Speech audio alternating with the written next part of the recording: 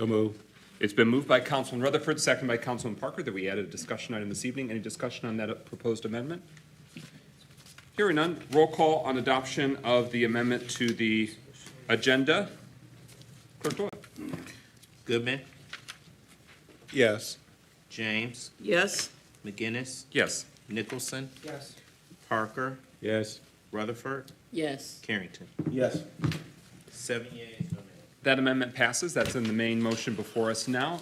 Councilman Goodman, did you have a motion? Yeah, I had to make a motion to add a resolution to the agenda to support guaranteed severance pay legislation in Lansing. All right.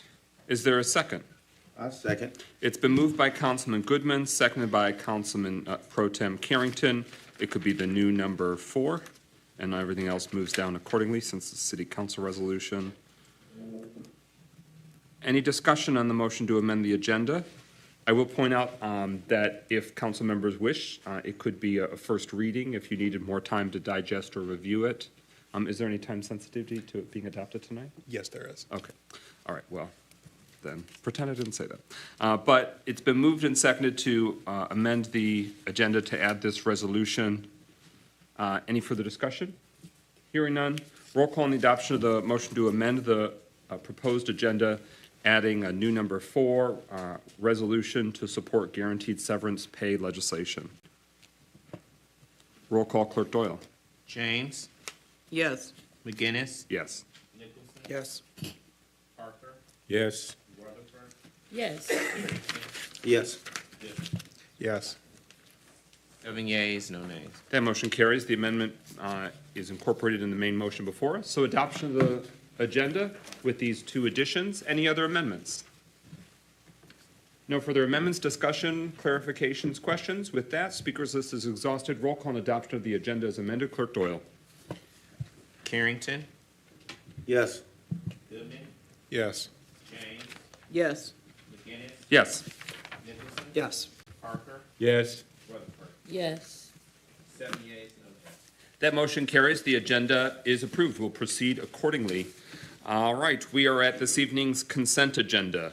The consent agenda includes the September 11th Economic Development, Housing, and Planning Subcommittee minutes, the September 12th City Council meeting minutes, the September 14th Finance and Personnel Subcommittee meeting minutes, resolution reclassifying City Council Office Assistant to Administrative Assistant, resolution authorizing the City Clerk to post notice of a budget amendment for reclassification of Pontiac City Council Office Assistant to Administrative Assistant, resolution authorizing the City Clerk to post notice of a budget amendment modifying salary range for City Council Outreach Specialist, resolution recognizing Rail Safety Week in Pontiac, and resolution celebrating the 100th anniversary of the Pontiac Lions Club.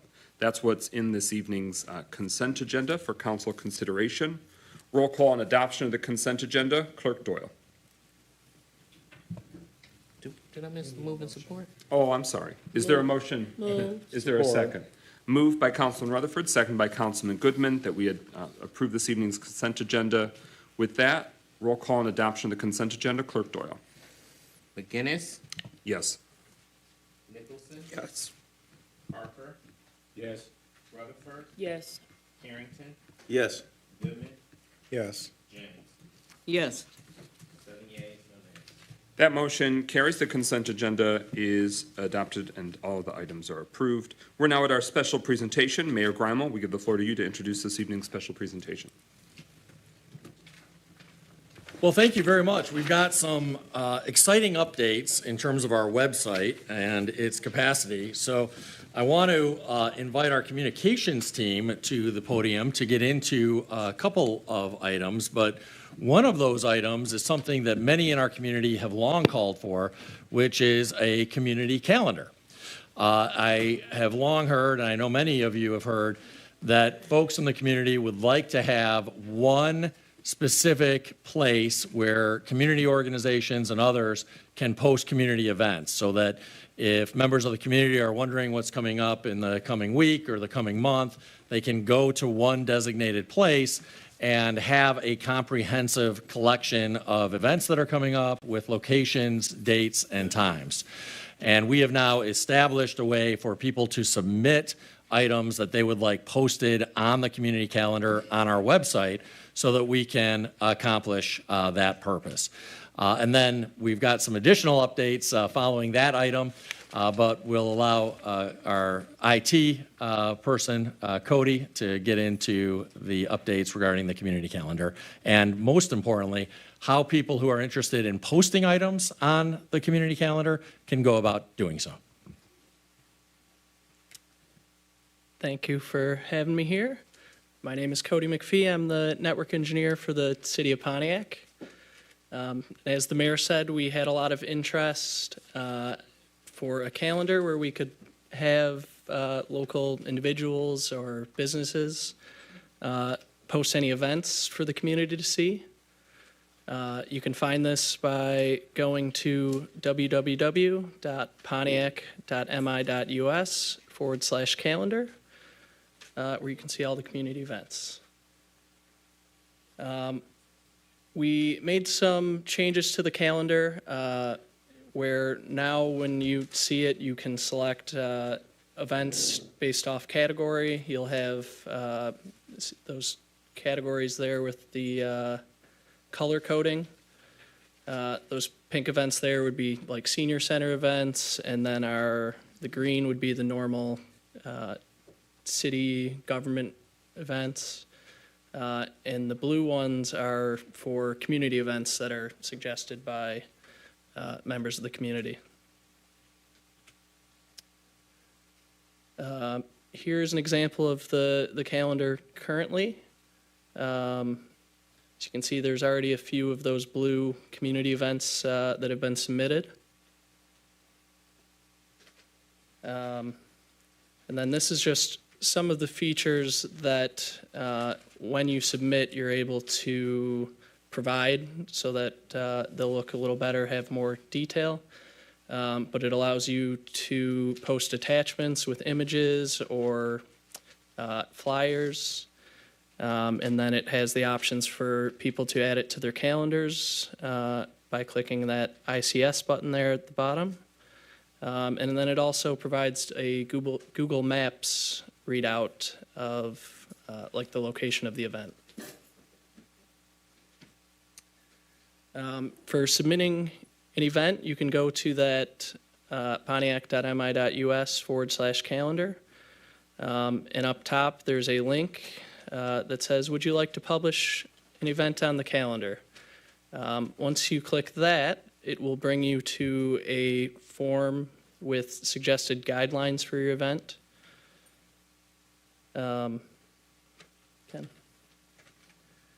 And this is just asking for detailed information on who you are, requesting the event be added, address info, and just basic communication so that we're able to get details of the event. There is some restrictions on posting events to the calendar. We don't really want for-profit events or restricted events that don't allow city residents to easily participate in them. And it's restricted to events that are within the city of Pontiac, so we can focus on promoting Pontiac. Some other guidelines, we just are going to make sure that the event is going to follow any city ordinances that might be required. And then there's not any other requirements for that event before they take place.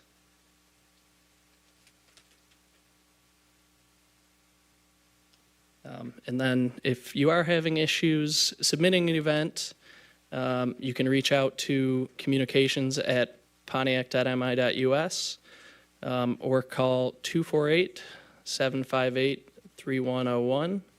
And the IT team will be monitoring that just to take care of any issues that might occur. All right, thank you. Thank you, Cody. To everyone, thank you, Mayor, Deputy Mayor, Council, for having us to give you this updated information, and to everyone who's watching and those of you who are here in person. We have an exciting project, which is the newsletter that had been long promised to go to Pontiac residents. It is city-focused.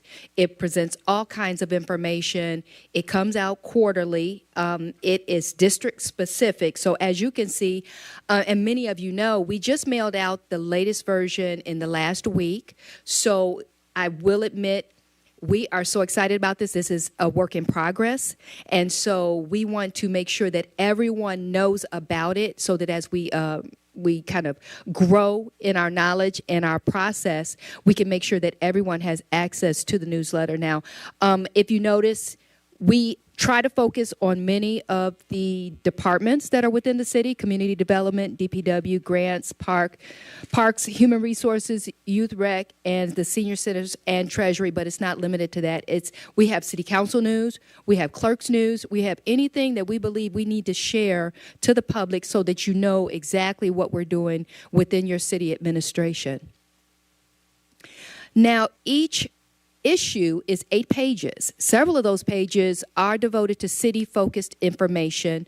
One page has a district-specific message from your representative, and then the back cover is from Clerk Doyle's office. It has information that we want you to be aware of with regard to voting and other measures that they handle in that office. It is the Spotlight on Pontiac, which is the name, is printed by a local business that conducts the entire design, print, assembly, and mailing process in collaboration with the communications team. And because this type of mass district targeted product is new to the city, as I mentioned, it's a work in progress. And as with any new program, there are going to be some glitches in the system that we're going to keep working on to make sure that we are constantly improving. And the lists that we use are district specific. So we have 7 different lists. You can see the numbers that go out right now to those different districts. And they all amount to 22,007. Now, this time around, we printed 22,500. The first run, we anticipated that same number, but we did 23,000 rather. We had a lot of extras, so this time we just reduced the number so that we could kind of reduce our costs so that we wouldn't have a whole bunch of publications that were left over.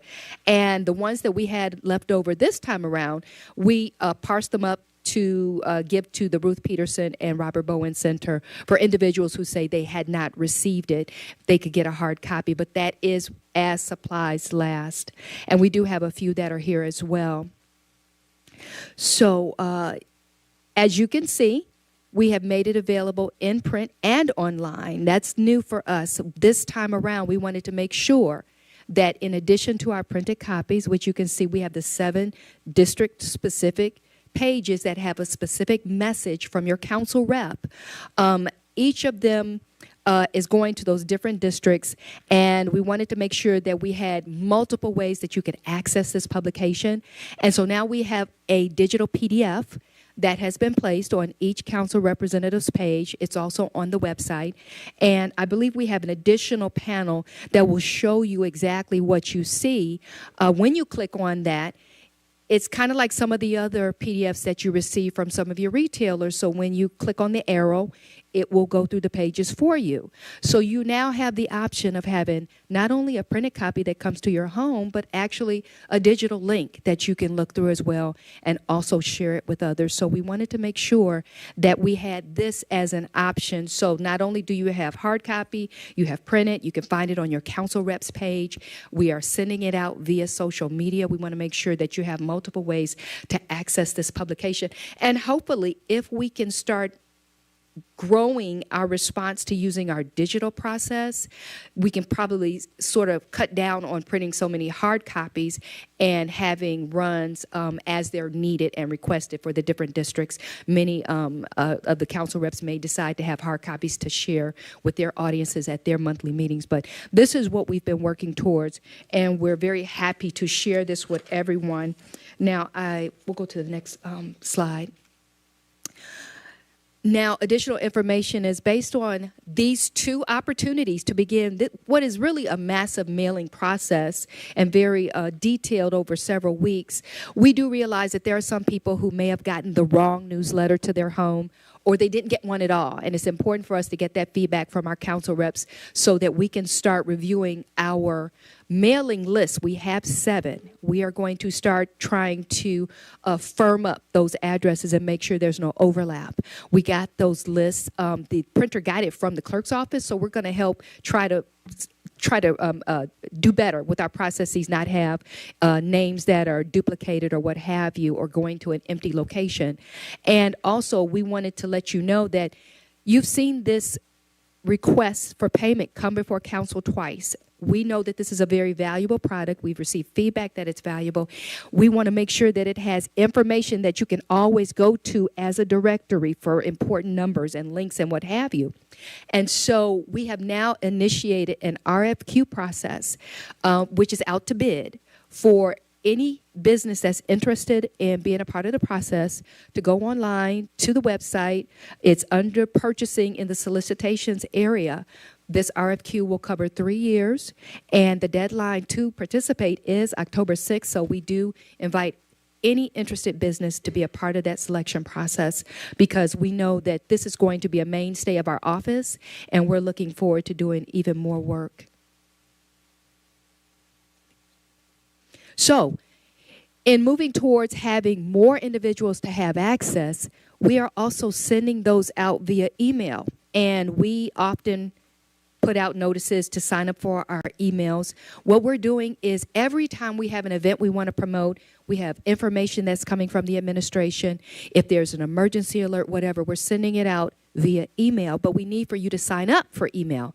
And this is growing to an extent, but we want to encourage everyone to sign up for the newsletter and updates. On the newsletter and throughout every page is a QR code to sign up. You can use that. You can also email us at communications@pontiac.mi.us. Send us all of your contact information, and we will sign you up for the newsletter as well. We will certainly be looking for that, because we want to grow our audiences and make sure that we are using every platform available to be in touch with the communities. And that is the end of our update regarding the newsletter and also the community calendar. We invite you to be a part of all of those processes, and I will be happy to take any questions. Any questions, discussion? Councilwoman Rutherford. Yes. First of all, great presentation. My question is what is the contingency plan if no one bids for this project? I think what they've done is they've reached out and sent that out to as many organizations that have previously done printing projects for the city. Some have already begun participating, so I would have to defer to purchasing as to whether or not they get an appropriate pool of candidates as to what they do next. If they lengthen the time to participate, is there another way that they reach out to companies? And then my follow-up is, if October the 6th comes, and I'll yield this to the administration, I know that the bidding part is done, but the people are going to be expecting this letter to come out in October. So what is the administration plan to do if no one bids on this project? I yield to the mayor. When you say the project, you're talking about the newsletter? Yes, sir. Well, I think we'll get bids. We've had interested parties approach the city in the past, so I don't think there's going to be a shortage of bids. Obviously, if we don't get any bids, then we won't have anybody who's willing to do the work to send it out. But I don't think that's going to be an issue, given that we've had interested parties in the past for purposes of printing and mailing out the past couple newsletters. So I would imagine that we'll get at least 1, 2, or maybe 3 interested parties, and the more interested parties we get, the more competitive price we're likely to be able to pay. All right, thank you. If I could just answer what you mentioned about October being the deadline. The mayor has indicated to us that it's very important that we proceed with this design, print, mail process for the RFQ. I do not believe that will be complete until the end of October. It is a quarterly newsletter, so we're hoping to have it ready My goal in interacting with everyone on council, as you know, I'm always trying to be as timely as possible, is to have this out, and I would hope to have it out, if we can finish the RFQ process sometime in October, that we would have a printed copy that goes out before Thanksgiving. That is my target, because we have a lot of holiday activities that we want to make sure that we share with the community. Any further discussion or questions? Councilwoman James, in your microphone. Is there any plan to send anything out to our businesses in the city? Is does the newsletter go out to the businesses? It goes out to households. That's been the approach, which is why I wanted to endeavor to make sure there was a digital copy available. So when we send it out via email, it goes specifically to our various contact lists. Some of those are specifically designated businesses. So when we send out emails, particularly from my office, when I send out global messages from the mayor's office, I send it to everyone in our contact list. So as many people as we can grow for our email distribution list, they will always get communications from our office. And it is my intent to mail out the newsletter, but also make it available in digital form. And anyone who has that link can share it with another. Okay, thank you. Hearing no further discussion, thank you very much for your time this evening, Manager McPhee and Director Bridges, and Ken Martin, Master of all things digital. All right, that concludes our special presentation this evening. We're at recognition of elected officials. Are there any current elected officials serving the Pontiac community that wish to be recognized? Precinct Delegate Wright. Thank you, President McGinnis. Hello, Council, Deputy Mayor, Clerk Doyle. My name is Beatrice Wright. I am the precinct delegate for Precinct 3 in Pontiac. I wanted to step to the mic to say that today is National Voters Registration Day, and it's not too late for you to inform your family members, your youngsters, and I'm talking about those 18-year-olds who say that their vote won't count, to get online and register to vote. Today is National Voters Registration Day. Thank you. Thank you. Bless you. Any additional elected officials wishing to be recognized? Hearing none, we are now at agenda address. Pro Tem Carrington, who's up first? Thank you, President McGinnis.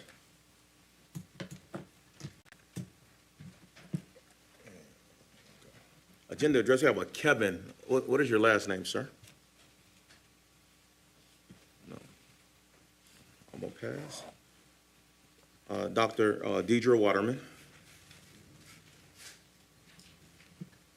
I wrote it phonetically for you, so you can get it right next time. Well, I appreciate you. It's there on the sheet. Good evening, everybody. Happy National Voter Registration Day.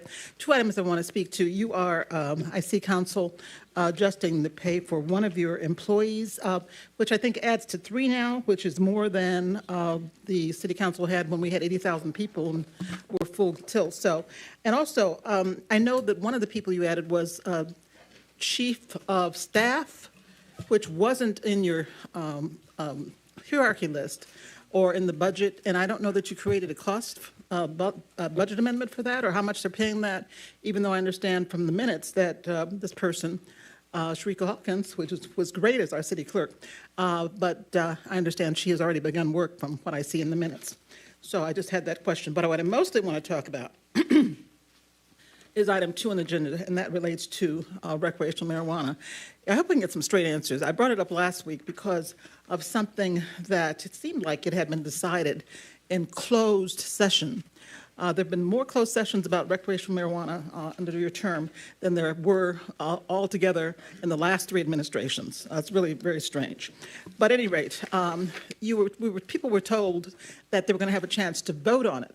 And then it changed, and you had a closed session on August 15th, which I understand, yes, that you did, Mr. Attorney did say that they did vote on the matter, but the matter was apparently decided during closed session, because when you came out of the closed session, your boss, President McGinnis, did all the talking, and he said that they had decided to change the scoring, and by changing the scoring, that was going to eliminate the need to have the people vote on it, which was very strange. But at any rate, So that happened on August 15th. On August 30th, the elections division, the county, still had the two initiatives on the ballot. By the 31st, it changed.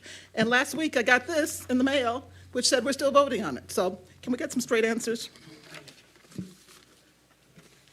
Just for clarification, there is no longer an election on November 7th. When that was designed and printed, of course, that was true, but a court order came in the days that followed. So it was not our intent to mail anything other than what was to be. But if that election was still taking place, you bet we wouldn't have wanted to catch you by surprise. Mr. Quincy Stewart. And what item on the agenda, sir?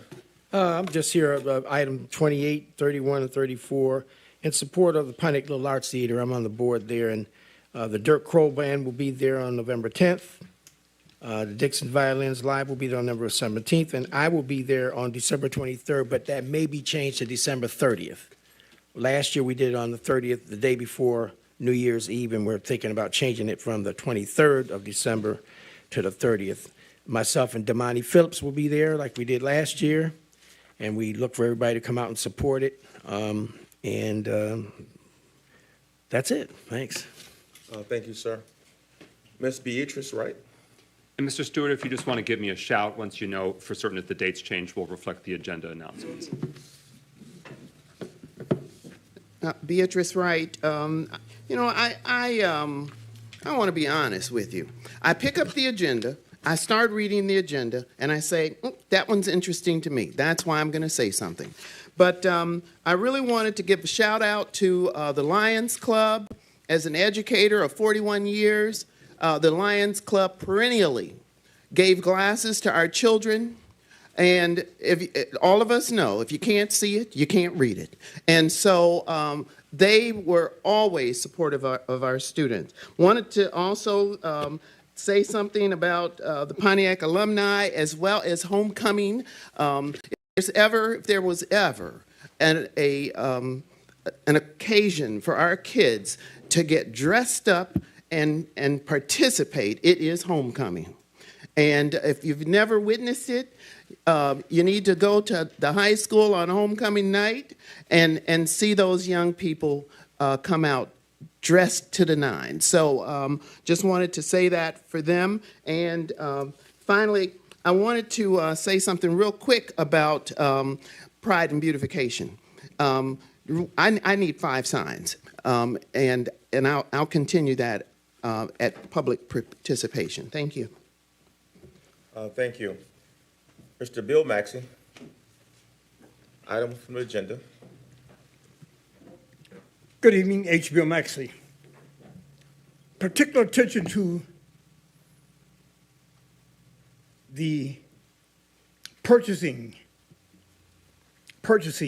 number 6, and particularly to my councilperson of the district, recognizing the mayor as designee to execute a contract for Allied Building Service of Detroit, Inc. Listen to me carefully. I have identified months ago a certified painter. I've identified HVAC person. And ironically, on Friday, I was supposed to meet with about 6 contractors. For reasons I don't want to explain now, it did not happen. I had talked to the mayor previously about how to corral, how to be inclusive more of our qualified professional people here, regardless of expertise. No, the Oakland County does not, and have not, and to my estimation, never will. I forwarded a memo to the mayor some months ago, not exactly about affirmative action, about inclusiveness. Let the contractors in the city know by a particular process. 99.9% of the contractors in the city do not want to deal with DPW. They don't know Ms. Martin too well.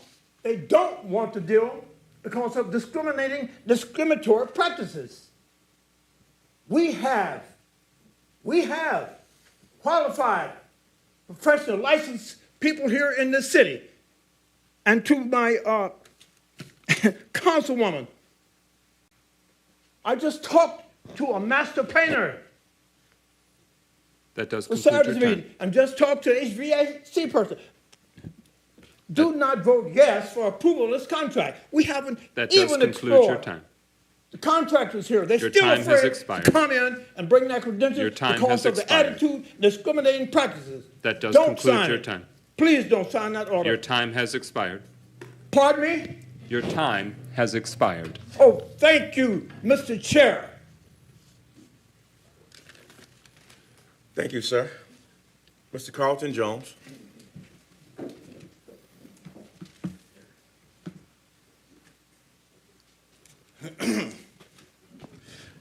All right, good evening. I will say this first. Like Beatrice, I think she was saying, you look at this agenda, 2 minutes, you don't give you a whole lot of time to say anything about this full agenda of items. So I know it is what it is, but our city is a little bit different than maybe other places. And I think you guys should want to hear more from the residents because you can't do your job without hearing from the residents. And I know we can't be up here all night, but it's just literally impossible to give good feedback in a 2-minute window for these agenda items. I know it is what it is right now, but let's take a look at that. But I've got a couple items that I want to be able to make mention of. One, we've been talking about this whole marijuana issue that's on the agenda. There's a community benefit component that was in the medical. That has really been pushed to the side as far as us having the community take advantage of that because we have not implemented any of that here in our city yet. We have to come to grips with that you cannot be successful in that business with just that medical side. So any ifs, ands, and buts about it, I hope we will work to get it right and make sure that the community benefits is up front. We need to make sure that those community benefits packages are up front. Don't wait later. That way we can take full advantage in our city. The next item that I was put on the agenda later I want to talk about is contract compliance. Contract compliance and contractor compliance is a very delicate subject, but we need to be very conscious, very conscious. There's no contractor out here who has never made a mistake. There's no people working who has never made a mistake. I've done contracting, and when we try to do contract compliance, we need to make sure we do it right. That is very true because contract and contract compliance is in the same vein. Thank you. Thank you, sir. Ms. Iola Miller, what item on the agenda? Okay. Ms. Darlene Clark, what item?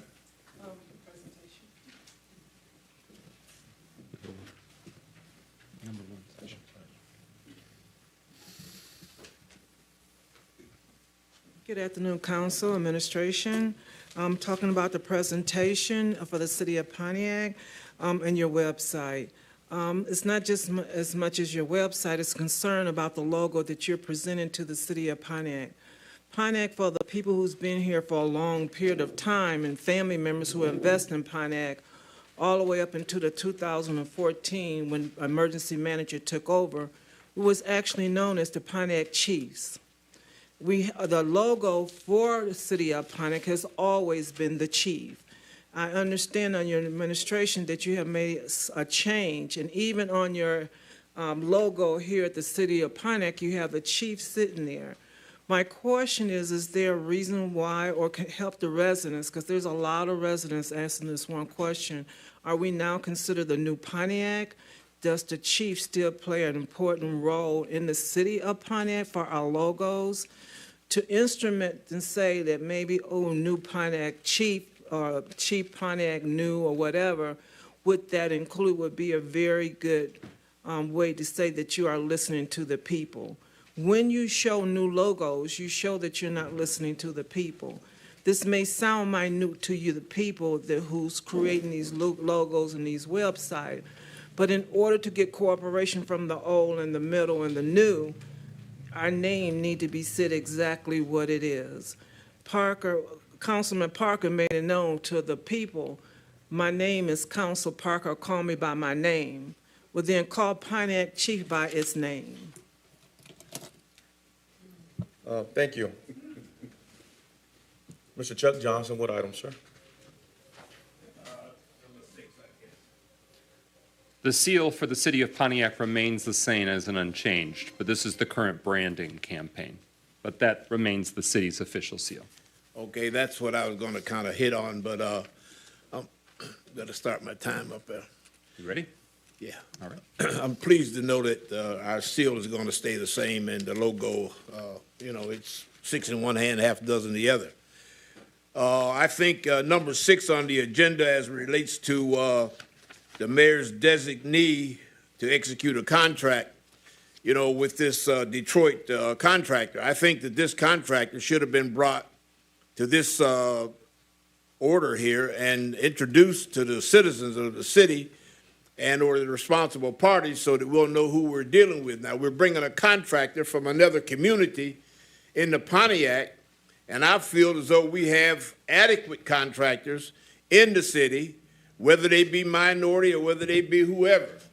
We don't have to go to Detroit or anywhere else to bring a contractor for whatever purpose into the city of Pontiac. Now, I think it's fair that if that's the case, then bring this company, their rep, and introduce that person to us so we can get some feel on what they're going to be bringing to our community. Thank you very much. Thank you, sir. Ms. Gloria Miller, what item of business?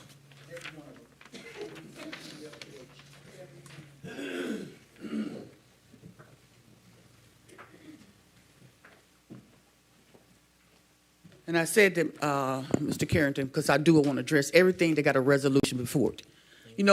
Councilman Nicholson, you addressed it once, and I'm holding you to it because I respect you for saying what you did. The reason you guys don't know what's happening because they don't put the detail in this. When I was on council, we had a brochure. We told you what we was getting ready to vote for. You could read it.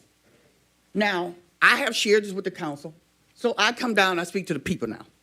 Because this is where I run, this is where I do things. I tell you once, I tell you twice, now it's on them. So now I'm talking to the people. Their resolution up here for, as the mayor spoke, we're agreeing a lot lately. I agree with you. Because one thing we did do, we involved the people. This council does not involve the people. You bring this stuff down, it's already done, and then when they get ready to talk about it, yes, yes, yes, yes, all 7 O's. But nobody in here and nobody in this city got to see this stuff until you put it on the agenda. There should be resolutions on here stating what these people make for this money that they're asking for. We don't know anything. They're not bringing it to us. And I don't stay to the end, so hit me. Because, go ahead, do what you do. Order. And don't talk back, because you're not supposed to do that. It's unprofessional. Order in the chambers. I'm talking to you guys. I'll restore some of your time. I'm talking to the public. I'm not talking to the council anymore because people tell me they're just not listening. So I'm not talking to them anymore. I'm just telling you how it's supposed to go. This is the way this is supposed to be done. Decent and in order. And your contractors, the reason they don't bring them here, because they don't want them here. Don't get it twisted, people. They work for you. You know how you can get them? Get them out. That's how you get them. Thank you. That concludes agenda address, President McGinnis.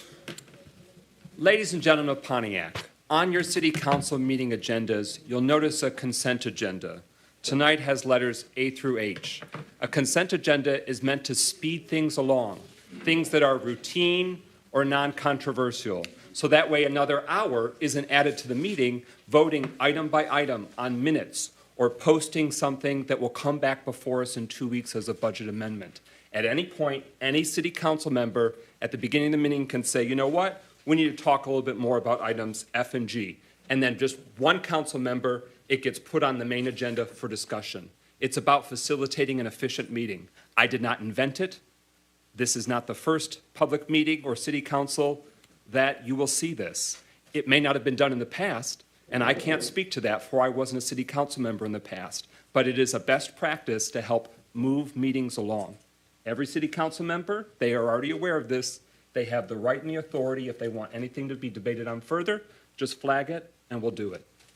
So that is what's before you. All of these, nothing was added to the consent agenda that wasn't there when this agenda was posted publicly with the packet Friday. So you saw all of those same names. You could have contacted any city council member and said, this needs to be debated further. That's an opportunity for anyone in the community.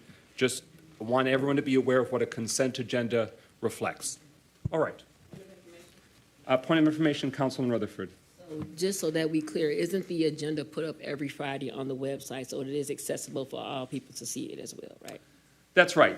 Not only is this an open meeting and adhering to the Open Meetings Act, but we want to make sure that council members and the community have it. Now, of course, just like with tonight, a council member brought one resolution, the agenda was amended in a public way with a public vote.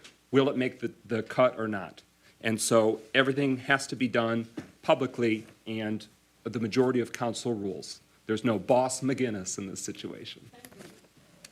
Another point of information, Councilman Goodman. And so just to understand, the only thing that was added to the agenda tonight was the resolution that I added and the discussion item, correct? That's right. And so both of those fall after agenda address. And then so the resolution that's in here, if it does pass or fail, it will be in the minutes for next week's agenda. Yes, so every resolution or ordinance that is adopted verbatim goes into the minutes. So anyone can always access that. Thank you. All right, just want to make sure that was clarified in terms of the operations of your city council. We're now at item number 2. Is there a motion to adopt an ordinance to amend Ordinance 2406, an ordinance to allow adult-use marijuana establishments to operate in the city of Pontiac pursuant to the Michigan Regulation and Taxation of Marijuana Act, initiated Law 1 of 2018, MCL 333.2791, 51 at SEEK, to provide for standards and procedures, to permit and regulate adult-use marijuana establishments, to provide for the imposition of permit application fees and renewal fees, and to impose conditions for the operation of adult-use marijuana establishments. Is there such a motion? Moved by Carrington. Is there a second? Support. It's been moved by Pro Tem Carrington, second by Councilman Parker. Now it is before us. It had a first reading last week, and now it is before us for a second reading. Attorney Murphy, would you like to share if there's been any further deliberations, reviews, amendments that you'd like us to consider? This is not something that we'll necessarily be voting on tonight, so we can allow further research, review, and refinement. Mr. City Attorney. Council President, members of the council, Mr. Mayor, there is a resolution that was in your packet with respect to a confidential legal opinion regarding potential or threatened litigation regarding this, and I think it's more appropriate to address in closed session, which is why there was a resolution that was presented with respect to that. Okay. So noted on that front, is there any further discussion at this point? Is there a motion to postpone this adoption for 1 week? Moved by Carrington. Support. Moved by Pro Tem Carrington, second by Councilman Parker, that the adoption of an ordinance to amend Ordinance 2406 be postponed for 1 week to come back at next week's regular city council meeting. Hearing no further discussion, roll call on the motion to postpone for 1 week. Clerk Doyle. Parker, Yes. Rutherford, Abstain. Carrington, Yes. Goodman, Yes. James, Yes. McGinnis, Yes. 5 yeas, 1 abstention. All right, that motion to postpone carries. Is there a motion to adopt the resolution to approve the first reading of an ordinance to amend Appendix B of the Municipal Code of the City of Pontiac, amending Article 2, Section 2.103, zoning map, to change the zoning classifications for a specific parcel on the south side of Auburn Road between South Sanford Street and South Francis Avenue, subject to the agreed-upon conditions? So move. Support. It's been moved by Councilman Goodman, seconded by Councilman Rutherford. This is the rezoning of a parcel totaling 1.3 acres. It's located at 454 Auburn Avenue, and Lighthouse is the applicant. We give the floor to the administration for introduction of this first reading. Thank you. This is a proposed development of a multi-unit apartment building that will be, depending on one's verbiage, accessible housing, affordable housing, preferred housing, a lot of different terms for this kind of housing, but the idea is to make housing more accessible to those of moderate incomes here in the community. And it is a development that's being proposed by Lighthouse. It would be on Auburn Avenue, and it would require a rezoning. So with that, I'll turn it over to our planning manager, Mark Andrick, to get into all the details. Good evening, administration, council, and the public. I've got a little bit of a presentation for you this evening. So this is application ZMA 23012. This is the process that the applicant has gone through. They had an informational session and public hearing with Planning Commission. That public hearing was on September 6th. Tonight is the first reading, and there will be an upcoming second reading on this matter. This is the zoning map, and if you look at the bottom center, there's a green square there. This property actually has 3 zoning districts, R3, C1, and C3. So that even though it is one parcel, and so this rezoning would rezone those 3 zoning districts into the R4 zoning district, and I'll get into details of that in a second. I do want to point out along Auburn Avenue, there's a plethora of parcels that are zoned either C1, which is local business, or C3, which is corridor commercial, and then you have some of the properties behind it to the south that are that orange color, which is zoned R3, which is multifamily residential, and some of those properties, especially the one adjacent to this property, is also owned by Lighthouse, who is the applicant. This is just a picture for orientation along Auburn Avenue showing the vacant site just east of Sanford. Now, again, Auburn Avenue is a mixed-use corridor of multiple zoning districts.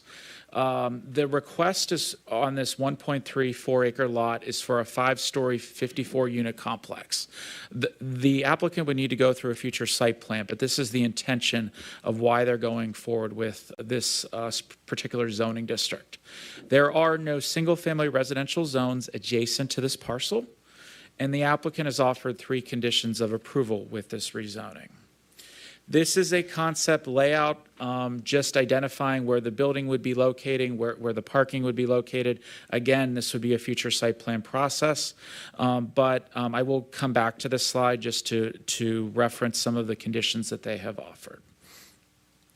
Now, the R4 zoning district is a multifamily dwelling elevator apartment zoning district. It largely functions like the traditional R3 zoning district that we have in the city, but allows taller apartment buildings with elevators. And these are some of the key regulations here, that multifamily elevator apartments having dwelling units above the 2nd story served by elevators and not having more than 10 dwelling units per story per elevator.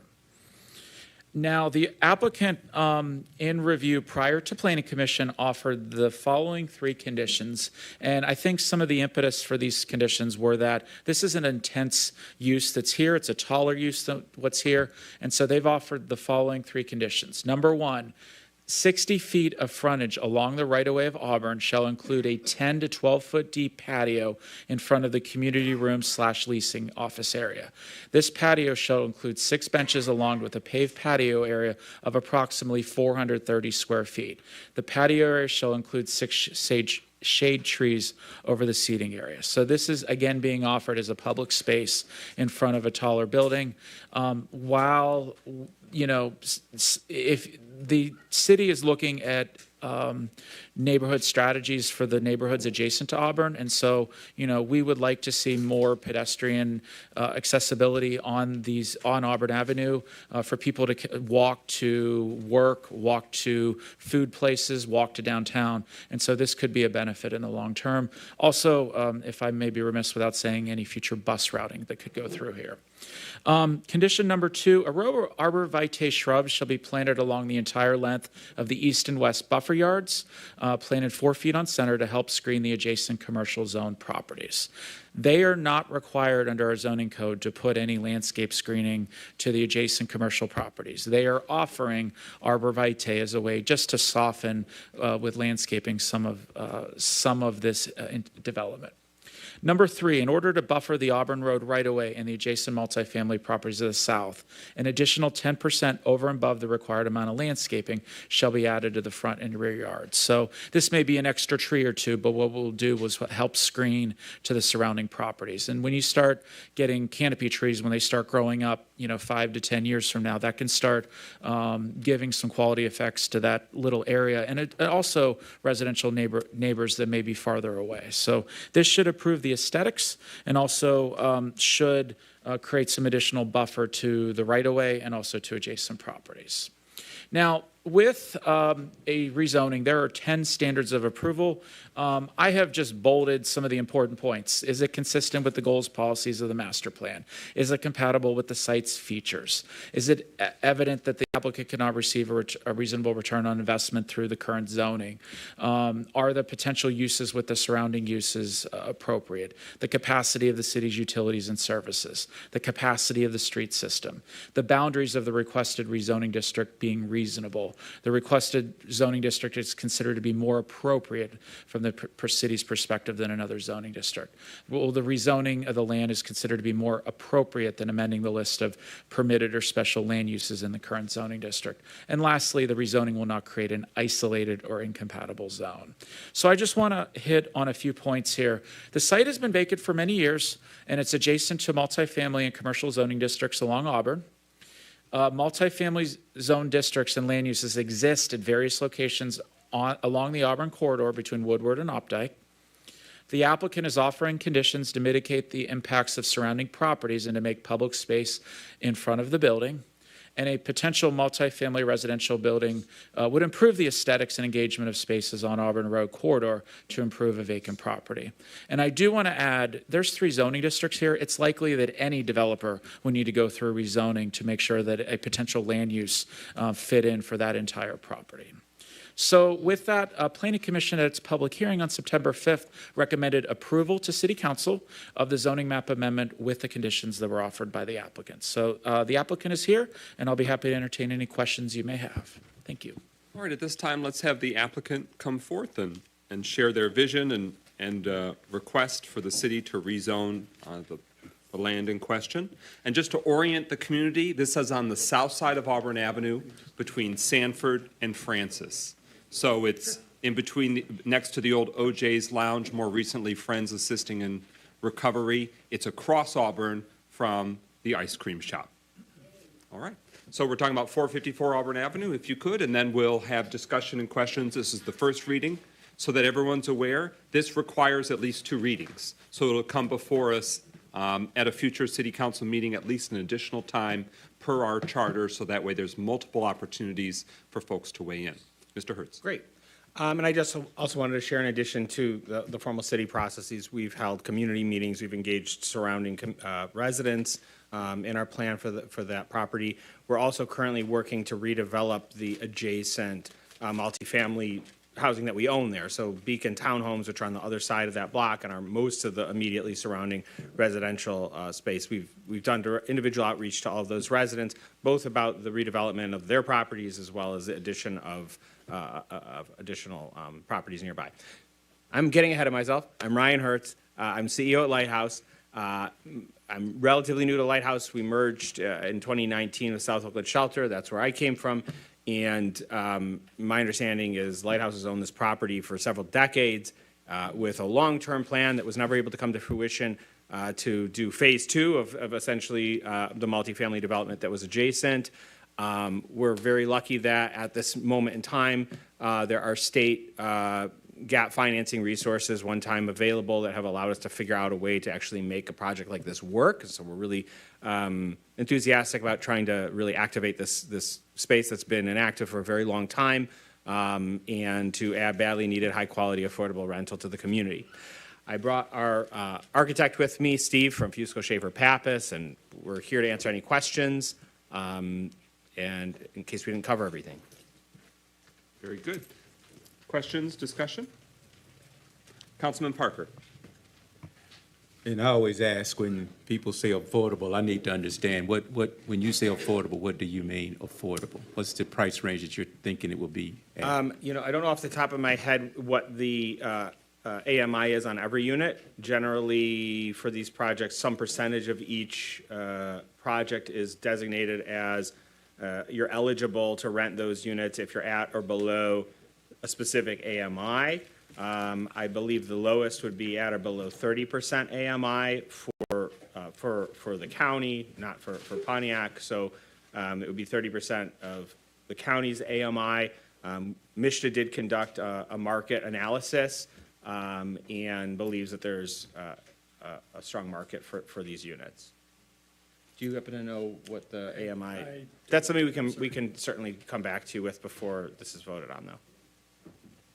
Yeah, I want to Typically, know dollars and I cents. know none of the units are for above 80% AMI. It would be somewhere between 30 and 80. Order in the chambers. Yeah, but I would like to hear Order dollars. in the chambers. Yeah. I'd just like to know dollars and cents. When you get them built, what would they rent for? Oh, that's also something that I can bring back to you. It's calculated based on each of the AMIs for each unit, and every year that's adjusted. But I can tell you what our, off the top of my head, but I'm happy to send you our pro forma for the operating budget over time and what our assumptions are for rents over the period of the 15 years of the tax credit compliance period. Okay, so we'll look for that information for the second reading. Sure. This is a rezoning request, so regardless of the type of residential, it's residential R4 is the proposal, whether this, Manager Yandra, can you share for the community, because it's rezoning with conditions, what's the time window that the applicant's rezoning is in effect, so to speak? Per the city ordinances, they would have to begin construction within 2 years. So this is not it's only a permanent condition if they actually begin that construction. Okay. Councilman Rutherford. This is for the applicant, Mr. Hertz. 2 questions. Yep. Number 1, you guys received funding from MISTA, is that correct? Yeah, we have an allocation of tax credits and gap financing that has been assigned to this project. There were 12 projects statewide that were funded in this round, 2 of which are in Pontiac, 1 a redevelopment of existing housing and 1 this new project. And essentially the barriers to deploying those resources are moving through this process, site plan approval, et cetera, and closing on the investment in the tax credit. My follow-up, so basically, once you do the zoning, MISTA is going to award you a certain amount of money. And what is your financial gap for the money that you actually need? And are you requesting or have you asked for brownfield pilots, et cetera, from the administration? We have not yet done that. We're working to figure out exactly how we're going to close any additional gaps. We've had meetings with the current administration to communicate what our gaps are that typically would be addressed through tax abatement on these projects, and we're working to creatively figure out a solution that makes sense. So before we would actually be able to close on any of these credits, we would have to go through that process, and it would come before City Council. So just my follow-up is this. So basically, if you did not receive additional funding or gap, you would not be able to close it on the MISTA money, correct? We're assessing the various potential ways to close that gap and whether or not it could include additional gap financing. So that could be a barrier to closing. So if we, and you know, to Mark's point, if we weren't to close, then the property would revert, on the issue of zoning, would revert back to its prior zoning. Thank you. Mm-hmm. Councilman Goodman. So I think there's a couple things that are like just important for the community and ourselves to like understand, because I still have some questions. So I know that AMI stands for area median income, correct? Correct, sorry, yes. So I know that that's like, we get used to like just using acronyms, and it's important to know that AMI is the area median income for Oakland County. Yes, so when we're talking about area median income for Oakland County, we can compare that to area median income for Pontiac, and you could see where MISTA's market study shows a need for this type of housing, right? So meaning that AMI for the county may meet the needs of workforce in Pontiac based on AMI in Pontiac. And so I guess, is there any way that you could possibly, like, to Councilman Parker's question, it's like trying to figure out what that cost would be. So I'm looking at the MISTA income limits from 2022 that has the extremely low AMI, which I'm assuming is the 30% mark. Typically, yes. Since they have very low being at 50. Yes. So extremely low would be 30, I'd assume. Yes. And so in here it has it listed at, for one person, 18,800. So like, is there any correlation to that number, for example, that you could give an estimate of like what rents would be for that property? Typically, they're calculated at around a third of the gross income of that level. So a third of the rents gross. would be 12 months total of a third of. Typically, that's what's allowable. So in that case, it would be in the universe of 6,000 a year, which would be About $500 a month? $500 a month, yeah. Okay. Does that help out? It did, thank you. Yep. Yeah, yeah. And so as those numbers change, as they're calculated annually, the rents are recalculated. Yeah. Hey, that was me. Councilwoman James? I should also mention that to the degree that there are vouchers connected to the units, those vouchers might have their own eligibility requirements. So we can accept people who have vouchers, and their voucher will typically determine what percentage of rent they're paying, which we don't administer. Councilwoman James, you're next on the speakers list. Okay, yes, I've got a question about the height of the building. My understanding is that this R4 rating allows higher buildings and generally buildings that require elevators. And so my question is, I noticed one of the conditions that you volunteered to do is a 60-foot frontage. Without that frontage, would there be problems with visibility, with traffic along Auburn Road? I mean, are there any possibilities that the height of this building could possibly obstruct visibility for traffic? Actually, the 60-foot is the area or the length that we would be providing public space along the road. We're at about a 20-foot setback, which is basically, it's a kind of an urban standard, so that we have units that are on the road. They have a bit of private space in front of them, but it is not obstructive to the road. Okay. or to the walks. We basically set back far enough that there shouldn't be any obstruction or visibility issues. And we'll be sensitive to the corner visibility triangle that is in the ordinance as well for ground-mounted signage and landscaping and that sort of thing. So there should be no visibility issues from the standpoint of safety, traffic, or other. I believe it's a 12-story maximum on the building height. We're at 5 stories. Okay. And equivalent of 56 to 60 feet. So that would be just to give 56 to 63 feet, is that what you're referencing? Yes, correct. Okay. Yep, correct. A follow-up to her question, the ordinance in the city that reference sort of visibility. Manager Yandra, can you speak to some of the safeguards that are in place, not just for this, but for any structure, so that way if somebody's pulling up from a side street, so if they're pulling up from Sanford or Auburn, this building won't necessarily be right at that intersection, but what are some of those safeguards so that way there aren't permanent obstructions that would make it very difficult to see if, you know, a moving vehicle or pedestrian or bicyclist? What are we talking about here that prevents construction from causing those visibility issues? And that's a great question, both for public streets and for driveways. And this also applies to single-family residential homeowners. We have a clear vision sections of our ordinance that require, at a single-family residential home, you cannot put a privacy fence up by a driveway at a right-of-way line, because if it doesn't give you any distance if you're pulling in or pulling out to see anyone coming up and down the sidewalk. We also have the same regulations for signage, particularly ground signs, to make sure that there's not a blockage there.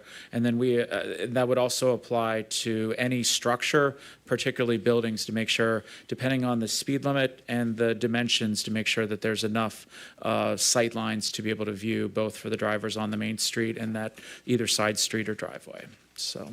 And so one of the conditions the applicant has offered is that here we've got the sidewalk, or here we've got the street, 60 feet back is when the front of the building would start. Is that a correct understanding? Where does that begin? If I can correct, it's only a 20-foot setback. What they're offering is it would be 60 feet long. Okay, width. So, yep. So 20 feet back from the, is it measured from the street curb or from the right-of-way exteriors? line, which is a little behind the from the sidewalk. right-of-way line. Yep. Okay. Pro Tem Carrington. Actually, I passed. My question has been answered. Okay. Any further discussion on this first reading? So the vote is acknowledging that it's been read for a first time. It will still come before us.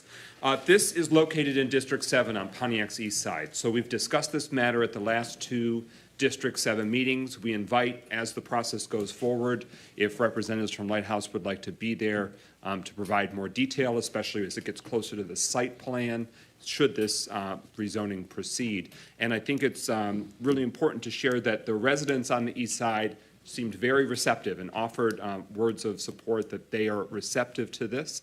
And we went in depth the last few months because this would be one of the largest new residential construction that we've seen on the east side in some time. It was noted that the Beacon Square townhomes that Lighthouse operates to the south of this site, which you can access from Widowmore, so J. Hubbard Lane, and then there's other townhomes in District 7, the Douglas and Mechanic Street, that tower, that the feedback that the residents shared that the J. Hubbard Lane property over the decades has been well maintained and that the residents have been pleased. So it's important to Pontiac as a community to know what's the management of a facility, what's the insurance that the quality and caliber will stay there, not just after cutting a ribbon or new construction's done when it's new and shiny. We want it to be able to stand the test of the time. There's a number of facilities throughout Metro Detroit, but specifically Pontiac, that shows great examples of that, but then we also have seen some inferior examples of that, and we want this to be a great example. So I just want to put that qualifier out there on behalf of the east side, but it looks like you have a Thank you. thought. Yeah, I just wanted to follow up with that to say that utilizing the same program and on the same timeline, we're actually trying to recapitalize and redevelop both Beacon Square and the townhomes. We're glad that we've been able to maintain them over the years, but you know, our mission at our organization is really focused on a commitment to the people that we're serving. We want to make sure we're providing them with as high quality of a product as we can. We're headquartered in Pontiac. We're also working, as the council knows, on a redevelopment of our headquarters, and we're doubling down on that and have every intention to have presence throughout the life of these projects. I also wanted to mention that what we're asking for right now is essentially what will allow us to move forward when it comes to site plan approval, when it comes to any financing that we have to, come to the city to help us make work out. And it just keeps us on MSHDA's timeline for this particular financing. But we will be back with site plan approval and of course any other pieces that are necessary. Councilman Rutherford? So my last question, Ryan, is have you reached out to any other organizations once you get that, if you get the approval, to see if they can be in conjunction with people who can work on the project that are locally based? So that's a really good question. I actually wanted to follow up with one of the folks who spoke recently because I really want to see not just on these projects, but these projects are a little bit more tricky because they're MSHDA financed and MSHDA has really specific requirements. But for a lot of the other housing work that we're trying to do in the city, we really want to figure out how can we work with Pontiac-based contractors. And we're also working with organizations around how can we make sure to capitalize those contractors so they have the resources to take on projects of larger sizes. Separate initiatives, but it's a good question. And so if a contractor, so that we're not bombarded, or individual would like to participate in what you're talking about, how would one contact you?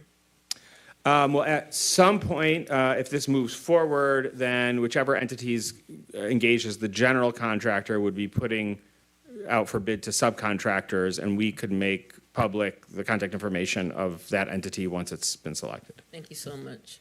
Sure thing. Further discussion on this first reading? Councilwoman James. I have no more discussion on this reading. I think it's a great project, but I did want to mention that we have asked to do a housing, or one of the things our council is trying to do is to have a housing study done.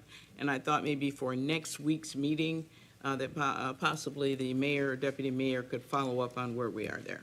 Okay. Okay, thank you. So I'll be sure to, council leadership will follow up on that matter, but it may be wise to have a discussion item for a status update on the housing study if it isn't ready for council action. Okay. Sound good? So Yes. one way or the other, that's something we want to see Yes. Followed up with further. Thank you. And lastly, I'll share that we did engage Oakland Forward to organize some meetings so that we could get a level of honesty that maybe we wouldn't get if we were organizing the meetings of surrounding community members, both to talk about this project, but also about desires for the future for housing in those areas so that we're in tune with what people want in their neighborhoods. We obviously want to improve existing housing. We want to activate property that we've owned for many years. But we also want to be partners with residents and trying to help realize a vision for housing, period, to Kathleen's point. Further discussion? All right. Clerk Doyle. Thank you, Mr. President. This is to Mr. Yandridge. Will we be prepared for the second reading next week, just for publication? So, no. We can do the second reading next week. There are times that sometimes it's helpful to have an extra week, but I feel that the information's ready and available to move forward next week. Any So- objections from council members that the reading number 2 can come next week? All right, sounds like Clerk Doyle, that's your green signal in terms of posting appropriately. Okay. Thank you, Manager Yandrick. Thank you to the applicants. Is there, we've already had a move and a second. Roll call and adoption of the first reading resolution. Clerk Doyle. Rutherford, Yes. Carrington, Yes. Goodman, Yes. James, Yes. McGinnis, Yes. Nicholson, Yes. Parker. Yes. 7 yeas, no nays. That motion carries. The resolution is adopted. It'll be before us for a second reading next week. Is there a motion to adopt the resolution to support guaranteeing severance pay legislation? Support. Moved by Councilman Rutherford, seconded by Councilman Goodman. We give the floor to Councilman Goodman, who authored the resolution, to share more. Yeah, so first thing I want to do is apologize for you guys not getting this earlier. I did send it on Saturday, but I mean, for future reference, I'll just start sending over last minute things to all of us. That way we have a chance to read it beforehand. So it's really important because there's a time constraint because it's going to be reintroduced in Lansing soon, and we want to make sure that we have some support behind this because I don't think it's any surprise to anyone who's lived in Michigan recently, especially who has seen, for example, Art Van just completely close up shop overnight. When those things happen, a lot of people lose their jobs and their benefits realistically almost immediately because to have such short notice, it does not do much to help anyone out. And so there is legislation in Lansing to essentially make sure that employees are not getting screwed over when these processes happen when Art Van or, for example, Yellow Corporation, which is a massive freight trucking operation in the U.S., which has filed for bankruptcy and is completely closing its door. And 620 Michiganders are going to lose their jobs approximately because of that. And when these things happen, again, it puts a lot of burden not only on our communities, on these families, but also on the systems that we have in place to make sure that people who are in need get the help that they need. When corporations are allowed to just drop hundreds of people onto the system, it does make it much worse for everyone and does not really hold them accountable. So what I'm asking is for us to support the guaranteed severance pay legislation that's coming from the House Majority Whip.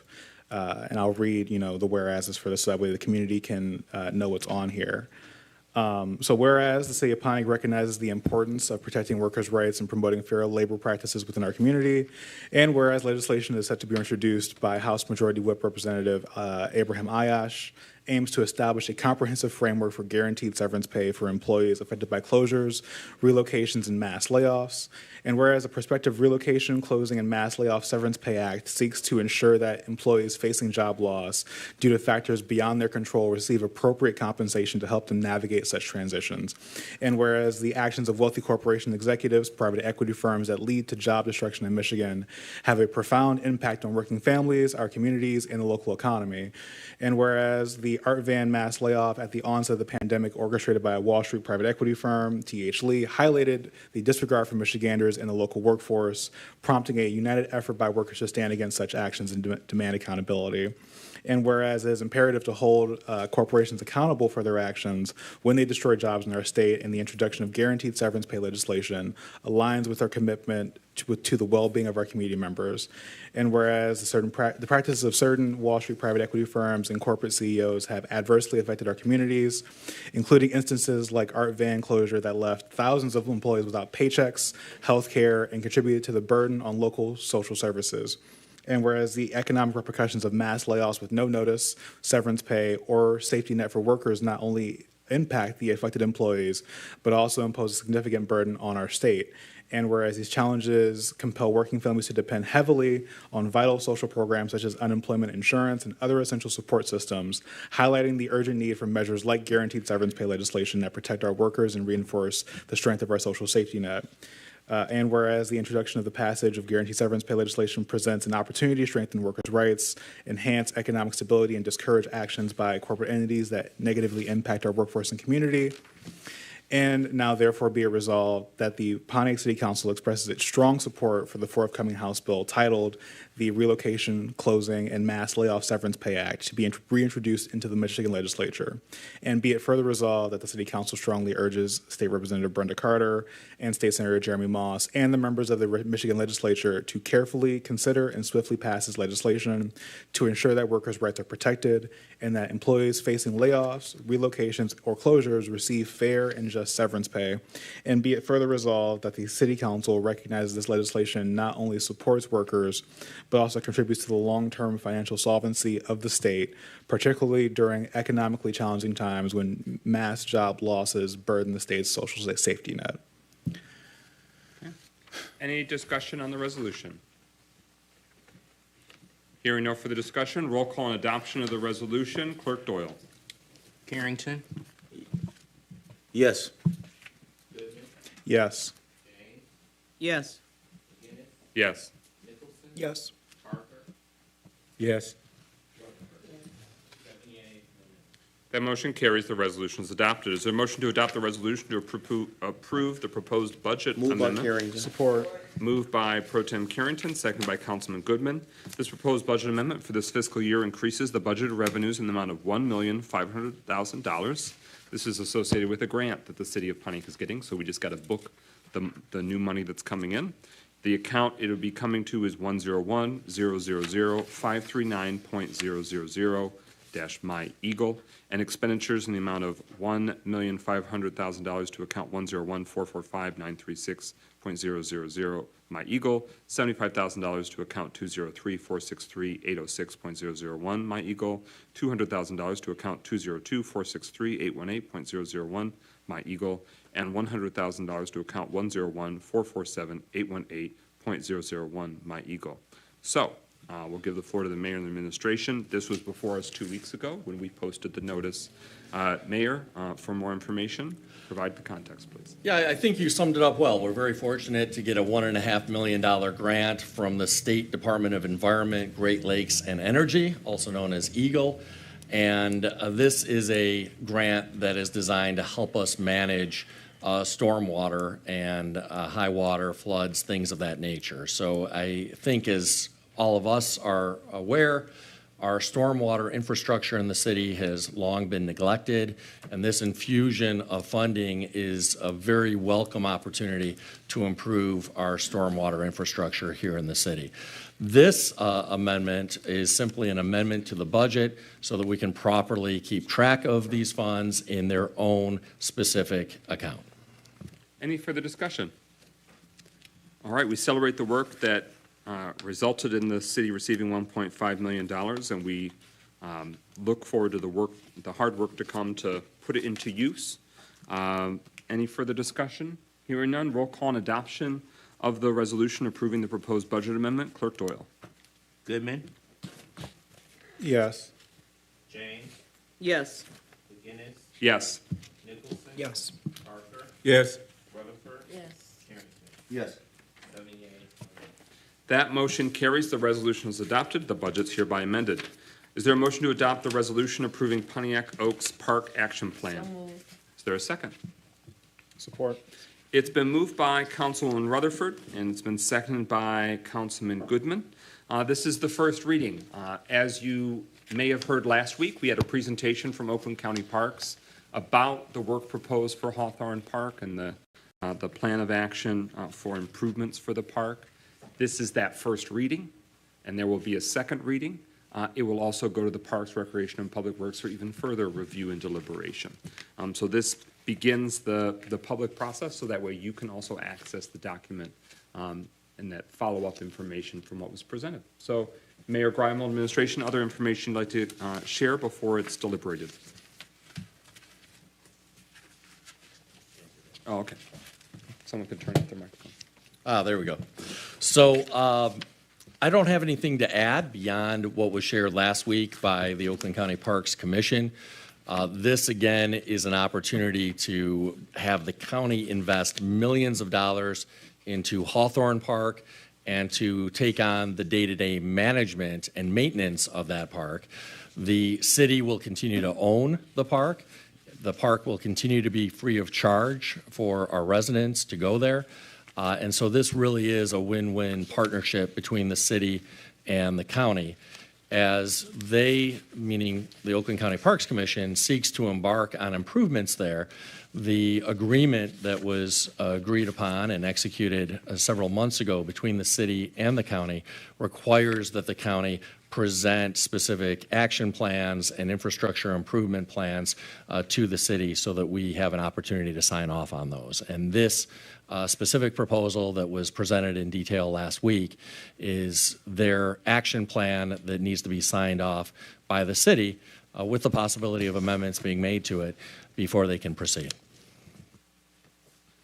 We have our Parks Manager here. Is there anything further, Manager Zagorzuski, that you'd like to offer context? And many folks are familiar, but if you want to give a 30-second overview of what park we're talking about and the benefits for the community. Yes, thank you, Council. Again, Alex Zagorzuski, Parks Manager here for the city. We are discussing the park action plan for currently Hawthorne Park, but soon to be known as Pontiac Oaks Park. And as the mayor stated, Oakland County will be overseeing maintenance and operations of that park as it remains a city park, but as they look to make improvements throughout the park system, starting with now Pontiac Oaks. For example, some things that they have already begun work on is the restoration of the restroom building that is currently there. A new roof has been installed. They're working on installing new amenities on the inside. A new dock is currently being built, and once that is complete, the old dock will be removed, and I believe we are going to attempt to get some of the invasive species removed by the end of this fall to help open up the view of the lake that is currently there. So I really don't have anything much more to add other than just to ask council since last week, are there any further changes or additions that you would like to see made before we proceed with a final draft prior to the second reading? Okay, with that, any feedback or discussion? Councilwoman James. Yes, on page, I believe it's page 3, it gives the basic comments about the agreement. It says the City of Pontiac and OCP, which is Oakland County Parks, negotiated and signed an interlocal partnership agreement that details the long-term relationship intended to improve Hawthorne Park for the residents of Pontiac and Oakland County, to be managed by OCP as Pontiac Oaks County Park. This park action plan and its component parts are requirements of the interlocal partnership agreement. So I just kind of want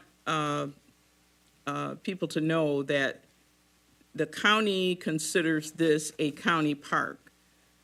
The park will remain a Pontiac park, but it is going to be run as a county park.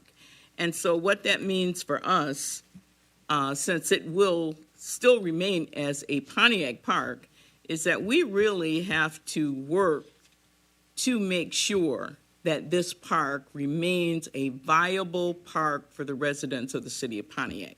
Now, with that said, I've already brought to the attention of Oakland County that I would like to see, because on page 10, they show some data on the total number of residents that live within a 10-minute walk of Hawthorne Park.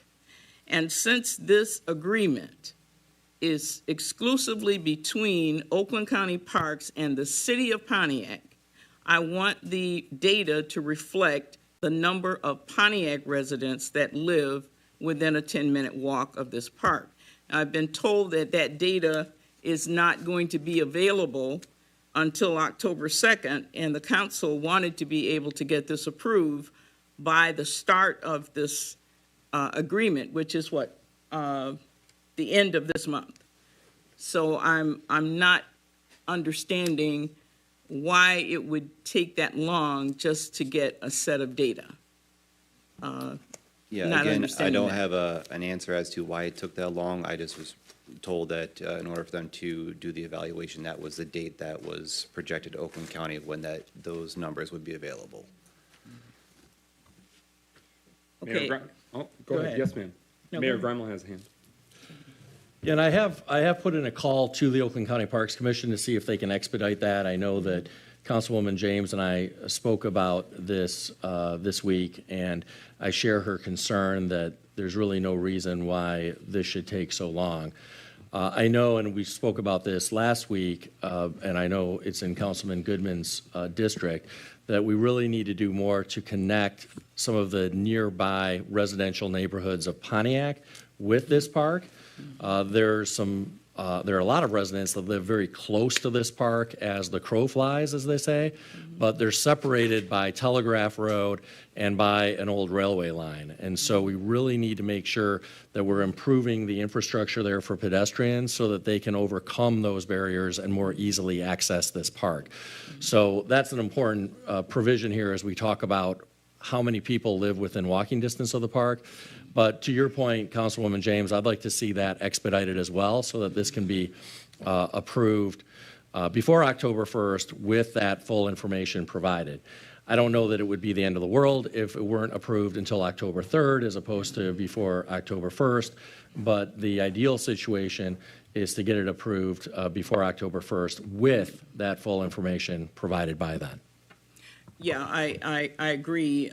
My concern is that once it's approved, it will go to the media, and we'll go to the media with that. We could change it after or approve it after the fact, but it's going to go to the media in that way, and I'm really uncomfortable with that being there because I think it starts us out with a bad example of Oakland County just kind of putting their part and leaving ours out. So I don't want to start out like that. I want us to start out with a very balanced plan here. And right now, I think that would create some issues. The second thing I'd like to see, again, because I'm concerned that we want to continue that park to be a park that Pontiac residents are comfortable going to. And so in order to ensure that, I would also like to have a Pontiac Oaks Advisory Committee working with Oakland County. My main reason for that, asking for the advisory committee, is that currently the Oakland County Parks and Recreation Commission does not have a Pontiac resident on that commission. And so really, in order for us to ensure that Pontiac is really, that our residents' concerns and the things that they want to see are taken into consideration, we need an advisory committee specifically for Pontiac Oaks. And then the third thing is that I really think it's very important for that park staff to reflect the rich diversity of our community so that it can better serve and connect with all the residents of the city of Pontiac. So, and this is something that I've talked to the Oakland County Director about. He agrees, but we definitely want that to be in the agreement that the staffing at that park needs to reflect the community. So those are my three issues or three concerns. I believe the first one I communicated last week. The last two I want to bring forward today. Yes, I know we spoke last week about the commission. Okay. I think briefly as well, but yeah, I think that's a fantastic idea. And okay. Just to inform everybody here, just let you ever know, the Oakland County, it is in the agreement that if there's ever any additions or updates to any of the amenities at the park, that they will have to get approval from the city first before going forth with everything. So we have a voice in the decision-making process with everything that's happening at that park. So definitely having the commission is a fantastic idea to be a part of those meetings going forward. Councilman Rutherford? Okay. I was going to ask the mayor, but he gave me what I wanted, so I don't have a question. Any further discussion? This is a first reading. The resolution essentially acknowledges that it's The draft has been received and calling for further revisions. The final proposal of the action plan will be what we take up at a future meeting of the second reading. Councilman Goodman? I just want to very much back up what Councilwoman James said in her previous comment. Any further discussion? Hearing no further discussion, roll call and adoption of the resolution, acknowledging the first reading and calling for further feedback and changes. Clerk Doyle. James, Yes. McGinnis, Yes. Nicholson, Yes. Parker, Yes. Yes. Yes. Yes. That motion carries. The resolution is adopted, and this will be at the Parks, Recreation, Public Works Subcommittee and at our second reading. Is there a motion to adopt the resolution authorizing the mayor or mayor's designee to execute the contract for Allied Building Service of Detroit, Inc. to purchase the HVAC and painting services for Pontiac City Hall?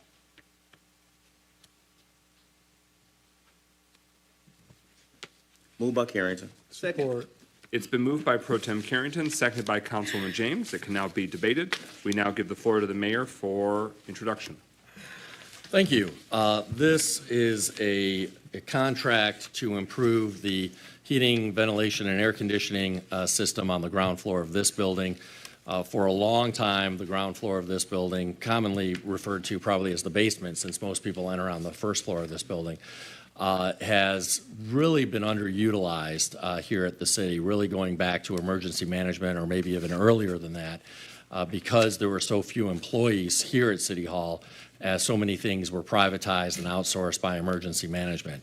As we have hired additional staff and built our organizational and staffing capacity, we've had more people working here, and we now have people working down on the ground floor. And as a result, it's important that we have a fully functional HVAC system down there. This contract is designed to ensure that that HVAC system is, in fact, working properly. And I know that there have been some questions during public comment about the contracting process. We always welcome local contractors to put in proposals and local bids. In fact, we encourage it. I'll allow the deputy mayor and our DPW director, Al Cooley, to explain the bidding process for this item.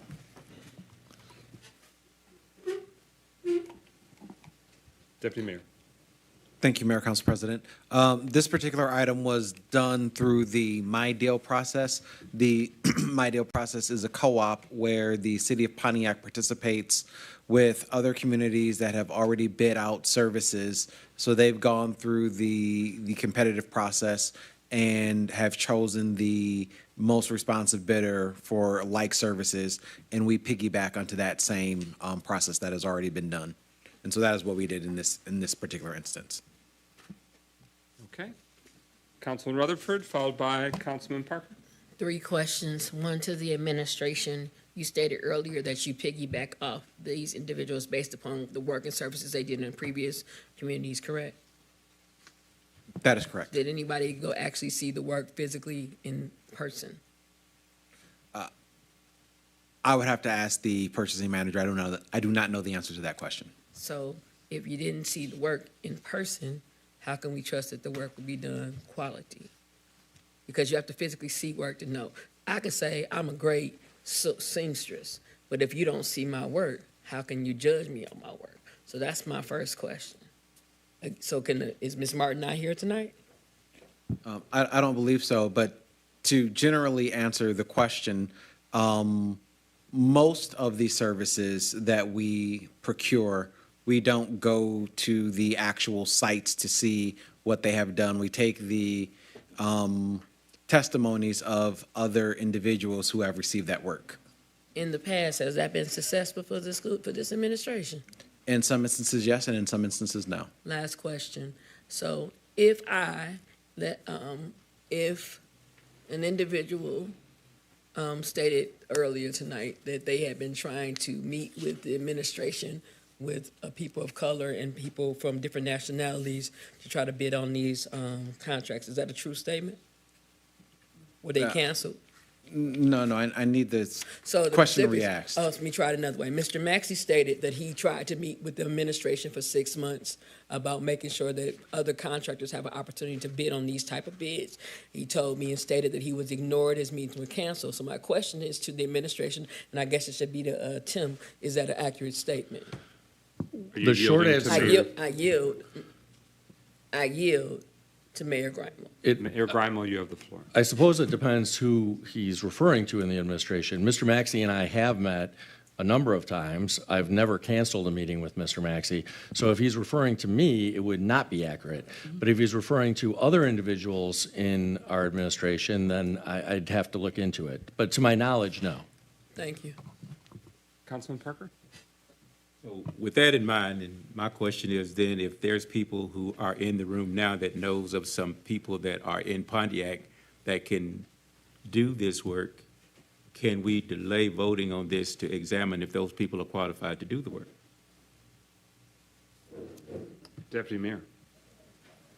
So I would say that if it were the will of the council to delay anything, you could delay the painting, which is completely cosmetic, but the HVAC system needs to be replaced as quickly as possible because we are at the season where at any point in time the weather can turn cold, and to go through a full-fledged RFP process would put us in danger of not having that installed before the weather changes, and that is actually why we used the co-op process, was for expediency. Pro Tem Carrington? Actually, he just answered my question. I actually wanted to ask him why this particular process was done. So was there any other reasons why this process was done other than expediency? No, for this one, it was definitely expediency and to meet the requirements of the city's charter for procurement. Director Cooley? Just for a point of reference on that as well, before we went to the co-op, our building superintendent did reach out to some local vendors and suppliers to try to, because we didn't know exactly what the cost was going to be to replace this unit. So we had 3 different vendors come in and give some quotes on it, and they were vendors that he's used in the past that I can't say if they're, but they're vendors that are local here. One of the big things that we got from all 3 of those vendors is that they couldn't procure these parts for, I think they had a 90 to 180-day window to procure these parts. When we found out through the co-op that Allied could do the work, they're stating that they have the parts in stock and they can do the work within 2 weeks of the contract being signed. Councilman Rutherford? Mr. Cooley, what were the companies that you guys said that they used in the past, the names of them? I don't know exactly what all the names are, but they're companies that Larry currently uses to do work within the city buildings currently. Like I say, I'm not exactly sure. I don't want to quote names and not have them right off the top of my head, but I do know that he went and got quotes from 3 companies that currently do some of the emergency work that we need done around here. So I guess my last question would be to Deputy Stevens and to the mayor. What is the last date that this could actually be finished? Because there's a consensus here that people feel like they were left out of the process. You stated earlier that you promote making sure that individuals who are based out of here have an opportunity to bid on these contracts. So my question to the administration, what is the last date when this could actually be finished? I understand it's fall, but it ain't winter yet. And so if we were to postpone it and or to reissue this RFP, which you guys have done before, what's the last deadline? I yield to Deputy Mayor, Deputy Mayor. Thank you, Councilwoman. I would strongly recommend against postponing and doing a full RFP process. As Director Cooley said, we originally went out and got quotes from local vendors to do the work. One of the issues that arose from that is the ultimate cost of this puts it into a category where it should be done through a competitive process, meaning that even though the 3 quotes is a competitive process, there are tiers to the competitive process. And so this should go through an RFP or through the co-op process. And so according to that, if we were to go through the full RFP process, in order to do it properly, we are looking at the very least another 30-day slowdown before this happens. And so this being September 19th, now we're saying October 19th at the soonest before we could identify and choose a contractor, and then however long it takes for the contractor to do that work, in addition to any unforeseen items that may slow it down further. So I would not suggest, again, if you want to strip out the cosmetic part, the painting, and put that through a another RFP process, that's great. But for the HVAC, I would strongly recommend leaving it in as is. For a second time, Councilman Parker. I just have a question. Law and Courts has been talking about the 50th Court District HVAC now for 2 years. And we have been saying that we can't get that done for parts and other things that can't be done. And yet now we're saying that we need to get this done quickly when I know we've been told. Order. I've been told that there are people who've gone through a couple of winters who run heats on one end and air conditioning fans on the other at District Court because the HVAC system has been broken, and yet that never became a priority. And I understand City Hall. I do truly understand it. I'm not trying to cause problems. I just need to understand how come we can come up with vendors, parts, all of that taken care of with this project, and 50th Court District has been waiting almost 2 years for their project.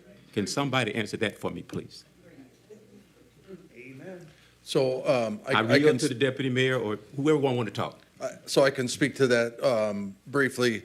The issue at the courthouse is a multi-tiered issue to where it's a balancing issue. There's several units that are in disrepair over there. It needs to be designed by an engineer in order to put out a program to get the RFP done. That process is in place right now, and it's currently happening. So the engineer is writing the RFP that'll state what computers needed to balance all the different rooms out, what units will be needed to be replaced, what different items like that.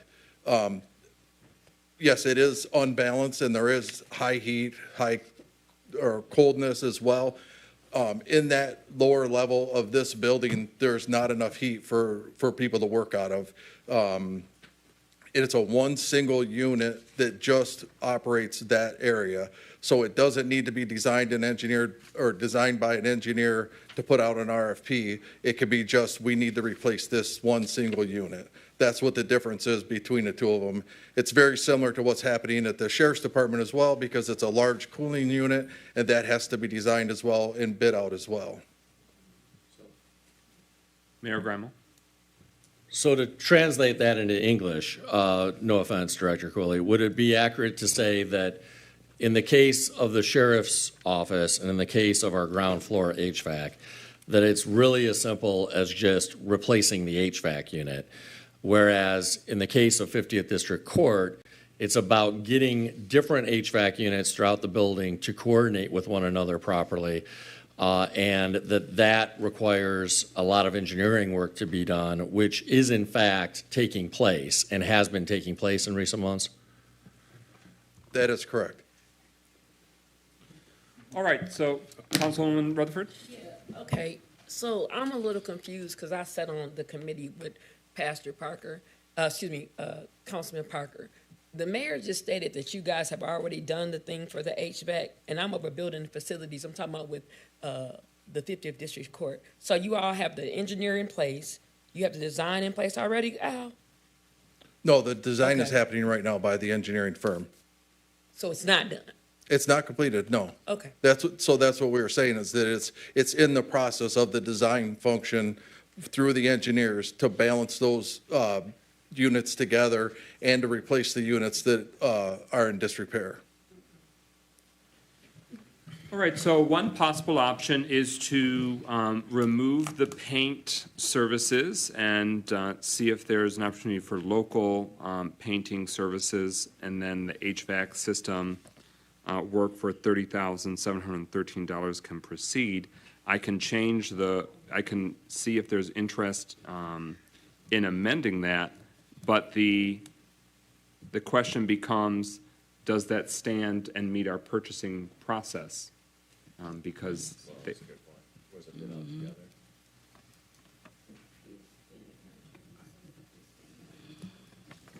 So because I'm looking at quote PQ 00004548 Pontiac City Hall HVAC improvements. So that's a separate standalone quote. And then the next one, 4546, is City Hall painting. So there are two standalone separate quotes. I just don't want to unilaterally make those decisions from the floor if it's not in compliance with the purchasing policies and is adhering it. So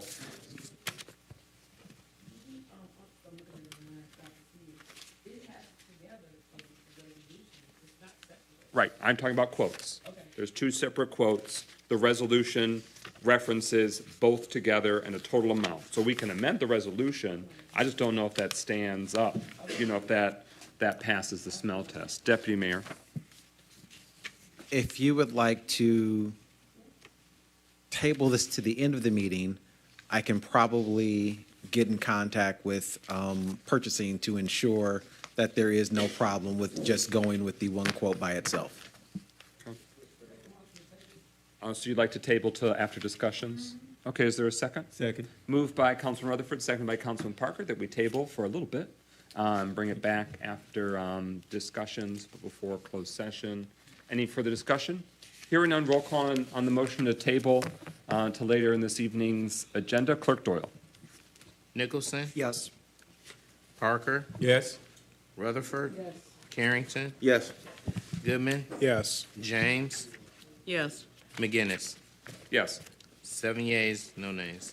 All right, we'll revisit this at a later time. Is there, we're now at public comment. Pro Tem Carrington, whose request up first? Thank you. Dr. Deirdre Waterman. Yes, she is. Yes, she did.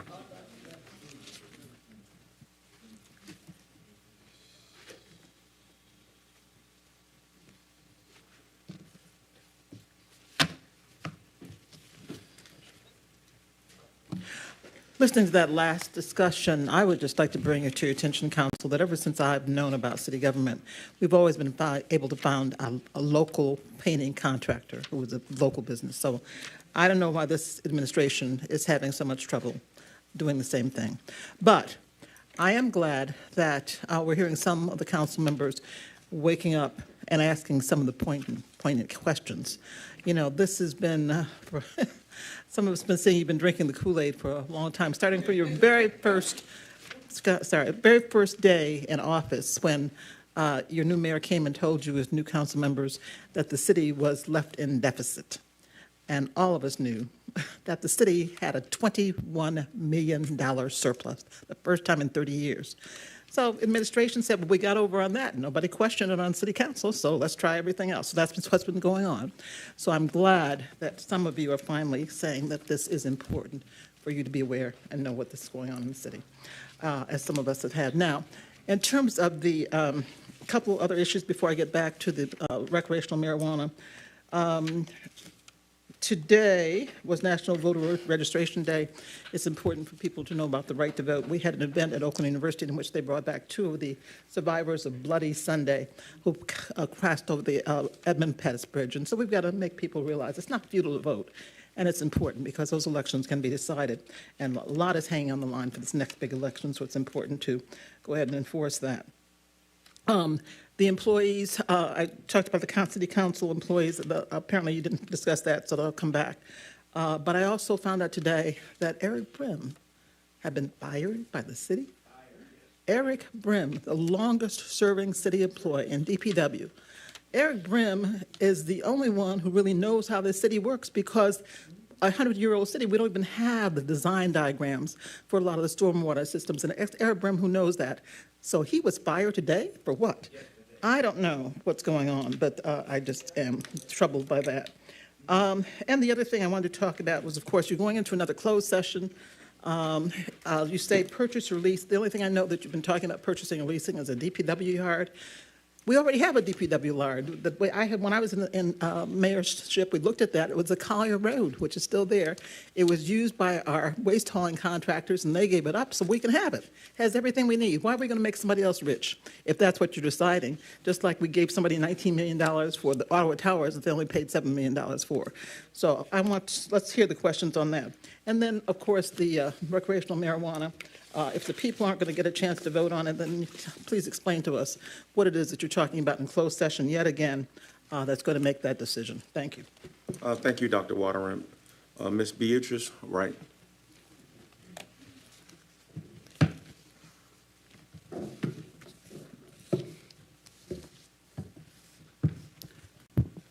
Thank you, Council. I wanted to maybe piggyback on Carlton that we have little time to interact unless we make personal telephone calls. And as a retiree, I don't get a hold of the agenda online. I'm sure I could, but I don't.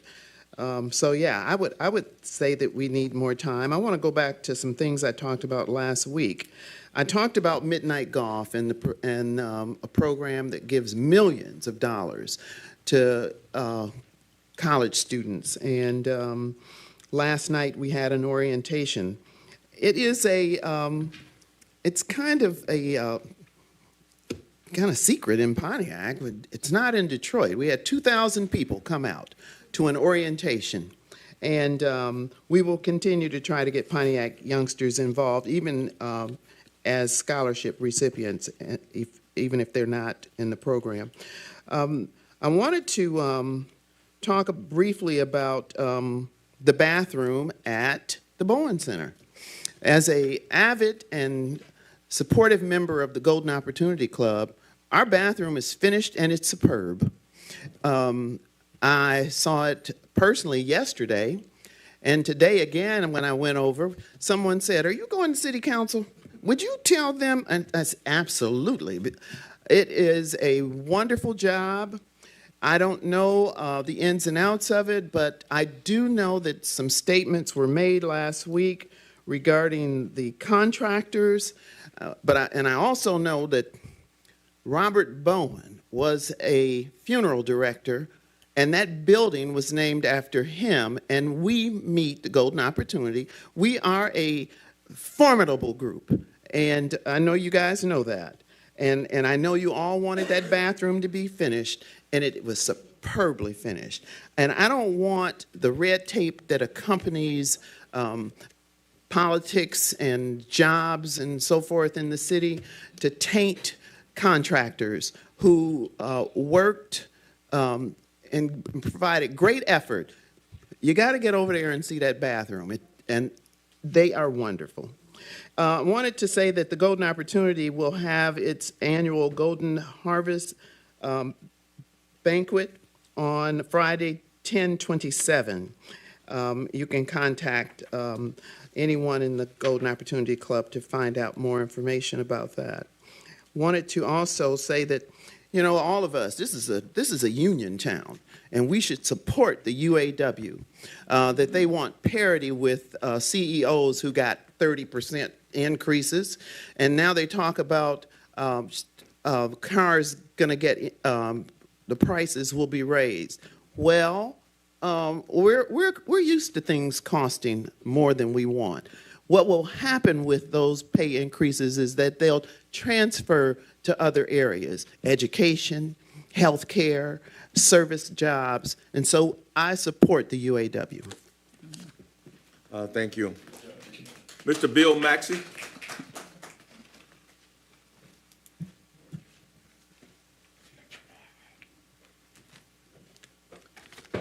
Good evening, Mr. and Mrs. Pontiac, Governors of City Council.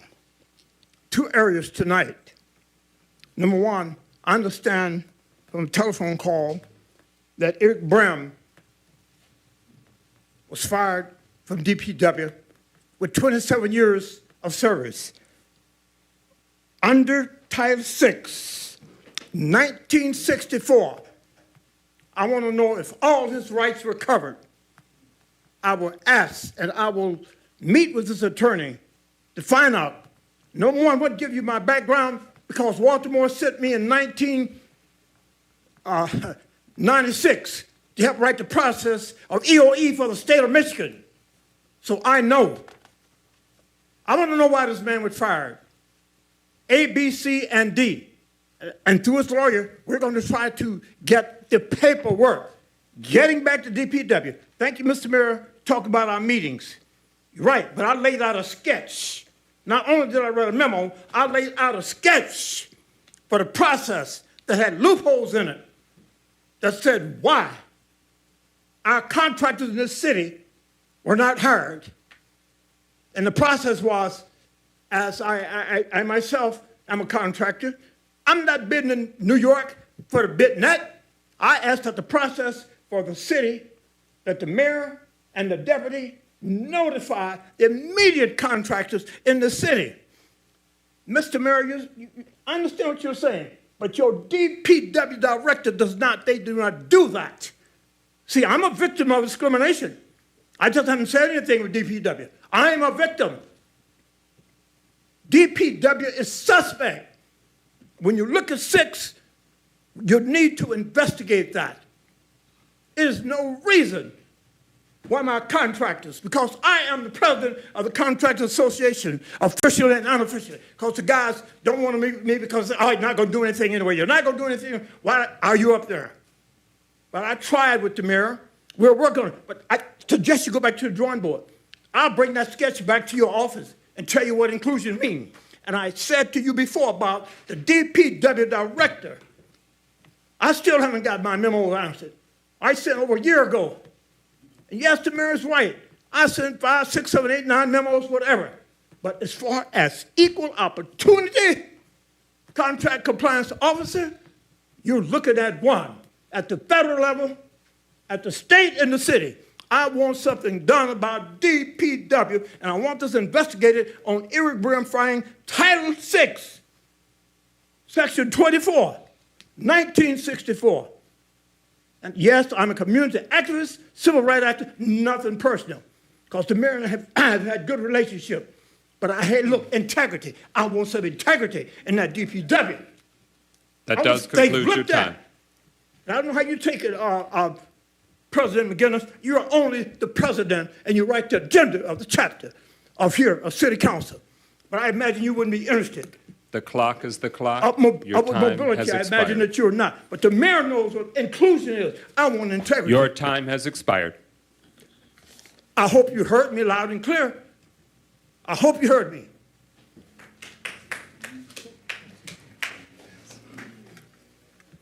Mr. Robert Bass.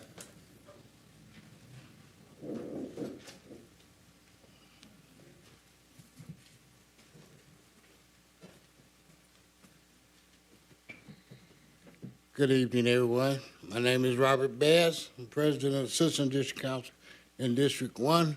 We had a meeting this past Saturday, and we had a robust back and forth. At first, I want to thank Mrs. Younger for coming and explaining the process for the repair housing. But I want to stop there and say I concur with all of those that have come before you at the agenda review. Because everybody on this end is all professionals. Our former councilwoman, all of us have dealt with this for years, and we're still dealing with it. Now, I wanted to also speak about employment. We want our residents and the people that are employed by the city to be respected and to be treated fairly. Now, this is what was said was going to happen, that they were going to be treated fairly. Now, I'm not going to speak about the young man that was fired. I've yet to find out what's going on with that. But I am of knowledge of other employees because I've talked to them, other employees that are being mistreated in the city of Pontiac. Now, y'all had a deep discussion about a couple of employees. I won't name names, but bottom line is I'm going to use Ms. Younger. Ms. Younger has been employed here for a very short time, but she's a very unique individual with very skillful talents. And she not only does her job, which she was hired for, she does 2 or 3 other jobs. And it's not just her. There's other employees that work over what their capacity is. They should be paid what they deserve. If they were promised to be paid a certain amount of money and y'all budgeted for it, you should pay the people their money. We want our people that's doing something, especially bringing us money, to get what they deserve so they'll stay here.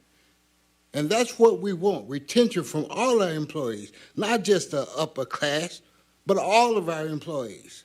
And all our contractors should be respected. But our contractors don't want to do business with Pontiac because they don't have no respect for them and they don't want to pay them what they deserve for the use of their equipment and to get all the stuff that they need to be employed. We've gone over this year after year after year. Me and Chuck Johnson's been advocates for I don't know how long. But like I said, everybody over here is experiencing this very same thing, and we're still talking about contract compliance in 2023. Yes. And it still has not been straightened out. Oakland County is the last person we should be getting any advice from because they still are not in compliance with a hiring. Thank you, Mr. Bass. I can't understand the first name. I see it look like it's Davis. Is it a John Davis? I think they left. Oh, okay. And Kerry Davis, they both left? Or Kelly Davis. They were back on the bus. Okay. Levante Travers?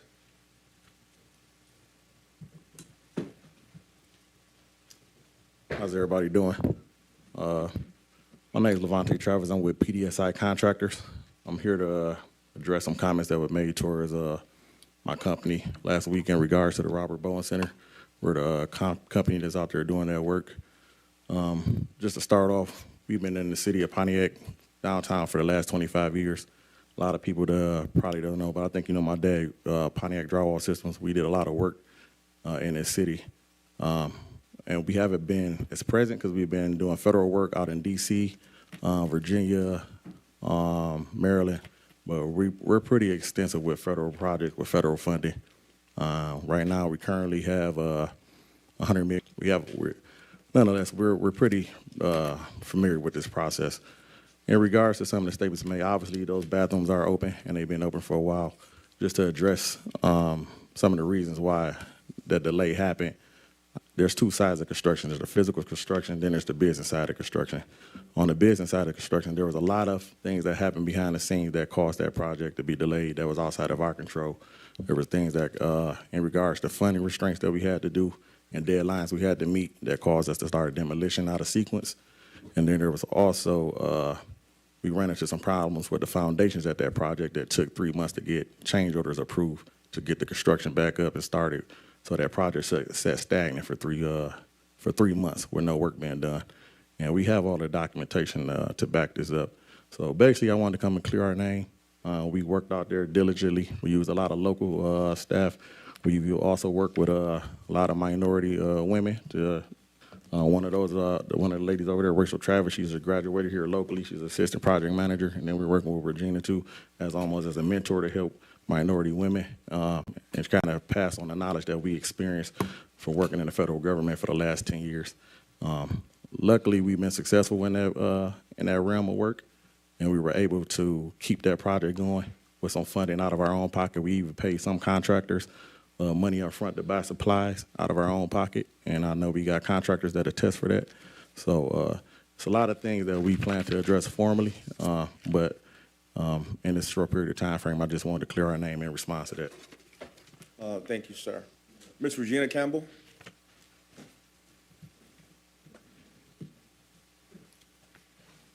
Mayor, Deputy Mayor, and City Council members.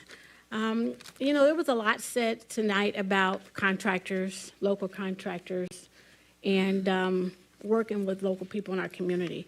And I just wanted to say a brief statement that I think we all should operate in this as all should be expected. And so, but it did trouble me, and I wrote it down so that I wouldn't miss a beat here. It's troubling when elected officials misuse their position and fail to represent their constituents with integrity. Unfair, defaming remarks against any organization sets a poor example, especially when stated as facts without evidence. This is some things that were said last week at the City Council meeting. While critics should voice their perspectives, those in leadership must be accountable for exercising their power responsibly. When officials act in self-interest and make unfounded claims, it breaches the public's trust and can result in limited opportunities for business groups and individuals. That's why Mr. Travis was up here today, because those comments that were made last week could really possibly adversely affect us and them with any projects throughout the Pontiac and wherever else. As community representatives, we expect our leadership to inform the people factually, provide information, not unsubstantiated attacking of individuals. And so that is just my statement this evening, and I thank you, thank everyone for having us this evening. Thank you, Ms. Campbell. Mr. Quincy Stewart. Okay, a couple things. Crestwood, Astorwood Block Club meeting is this Thursday, so looking forward for you to attend and for Brother Bowens to attend. And we thank you for your participation and support all the time. There's also on the corner of Luther and Franklin Road, there is an appalling apartment building that's been sitting there. It's right there in the corner of Franklin Road and Luther. Appalling, right across from Tom's Market. Just horrible. I mean, just horrible. And it's been sitting there forever. That needs to be torn down. Who owns it? I mean, it is, when I say it's terrible, just drive by there. I mean, it is unbelievable. Been sitting there for years. When is something going to be done about that? It's got to be torn down. Something. Who owns that place? So we need somebody to get on that and fast before somebody comes and burns it down or somebody gets raped or killed in that thing, because it's open to egress. You know, to ingress. Anybody can go in there. Well, the situation with Eric Brim, I'm not going to speak on anything that I don't know. But the only question I have is, was there a performance improvement plan? And if there was a performance improvement plan, my question would be, what assistance was given to ameliorate Mr. Cooley's concerns? Because that's probably who fired him, is Mr. Cooley, whom could be investigated his own self. But I'd like to know if he was given what is called a PIP. If he was given that, was there any assistance to ameliorate the problems in that PIP, and how much time was given? Usually it's 1 to 3 months, is my understanding, that PIPs happen in business. So I'd like to know that. So 27 years is a long time, and you have a lot of knowledge about the city. Man, I mean, and just to get rid of somebody that quick. Now, again, the city is probably bound not to say anything about this because they're ethically and legally, they have to be ethically and legally responsible not to talk about this in public. When you fire someone, you can't just, so if they don't make any statements, it's not because maybe they don't want to, but they're legally and ethically bound not to say anything when someone's fired. So, in all fairness, if they don't say anything about it in this meeting, it's because they're legally and ethically bound not to. But those questions can be answered some kind of way. Was there a performance improvement plan? And if there was, if it was stepwise discipline, what was done to ameliorate those problems, or to give him assistance if there was an issue? And what were those issues? I mean, you know, sounds like a little bit like harassment. Thank you. Thank you, sir. Mr. Carlton Jones.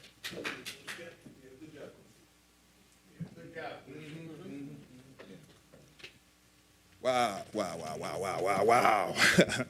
Okay. Let me just say this. As we were saying earlier, hopefully you guys don't think we're down here just to be down here. Deputy Mayor, Mayor, you guys hit a real tender spot tonight. We've got some contractors I've been working with TDC that can do HVC work around here that's been helping our students. And I need to know whether you reached out to them. And they stay in Pontiac. Sylvan, Lee Contractor, Continuum, they work with helping training our students. And they all do HVAC work. Now, if they've been contacted and they've been X'd out, let me know that. But we've got a pool of people who have already, with TDC, it's not just, these are contractors who are already training and trying to help our people here. And if we don't reach out to them first to try to engage them and come at the last minute time we got to rush that stuff through, I've been contracting for a long time. That don't fly. That don't fly. Especially when you haven't made a real assertive effort to use local folks. Amen. You have to make a real assertive effort to use local folks. So what Councilwoman James was hitting at about Oakland County, you guys need to understand this whole part of making sure we get inclusion in that's workforce development. That's what that is. Preparing our people for any kind of engagement of anything we do. And if I'll just say, you guys have not reached out. Mr. Bass knows it. He's telling the truth. We're not sitting here because we don't know nothing about Pontiac. We do. But if you don't reach out and try to engage us, it's like, wow, you guys can't sit up there and know it all. And council people, you got to have administration say, engage these folks. We're not trying to knock something down, we're trying to help. TDC have a pool of contractors that can contract to do anything. That's that whole pool of contractors to support Pontiac. I got a whole list of things. I know my time is not there, but I just want to say this. I was up in Lansing this morning, and I got a chance to go to Senator Moss's office and State Representative Carter. They working real hard to try to help on a lot of issues, and one of them was housing. And I support Lighthouse trying to do more housing around here. They're a member of TDC also.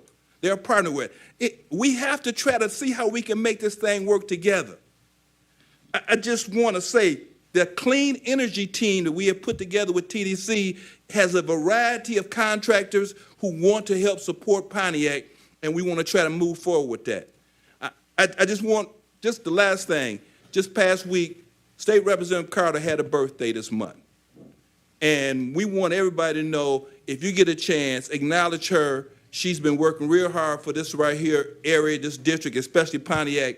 Give her some kudos for what she's been doing, because she will be rerunning to be reelected as our state representative. Thank you. Thank you, sir. Ms. Billy Swayzer.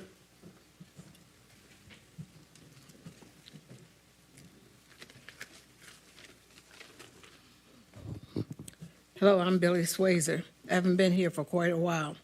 But first I want to apologize to Mayor Grimal. At the last time I spoke about Maddie Hatchett.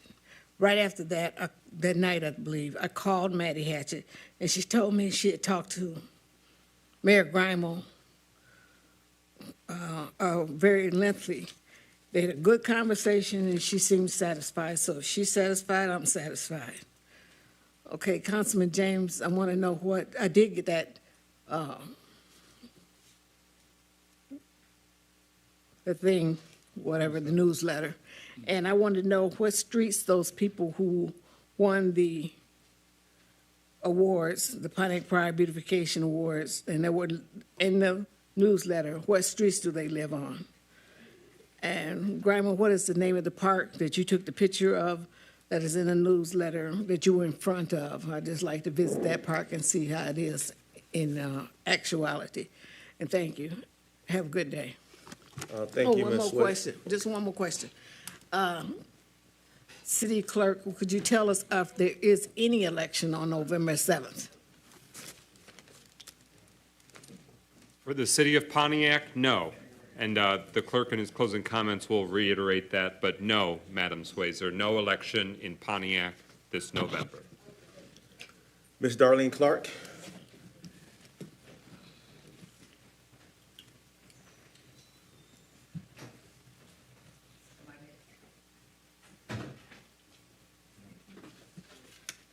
Once again, good afternoon. My name is Darlene Clark, speaking as a resident.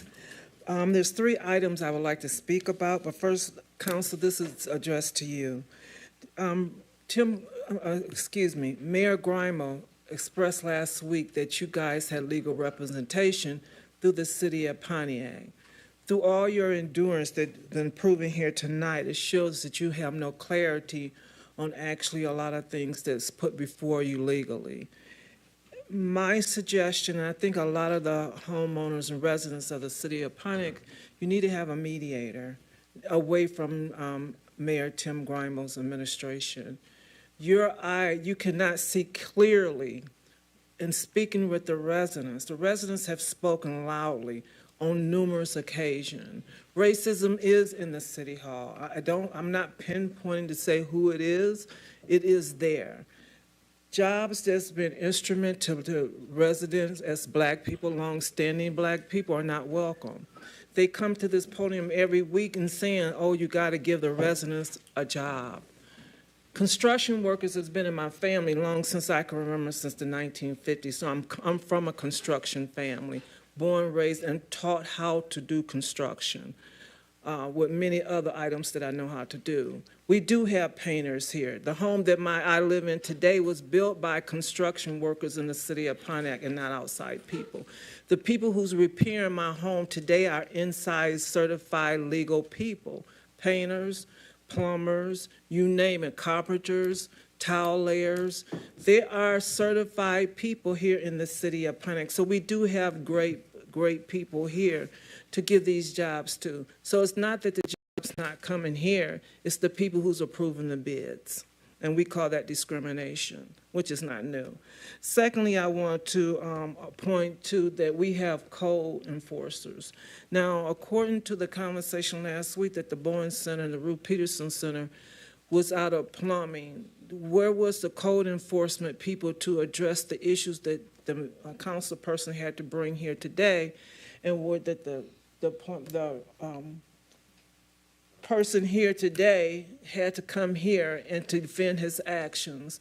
Code enforcement not one time ever said that there was any violation to this. It had to be from council person 1. That's the second thing I wanted to say. Also, this message from Mayor Grimo. Mayor Grimo, you made a statement about that gurge, which concerned me very important. You said it's only been down for 10 years.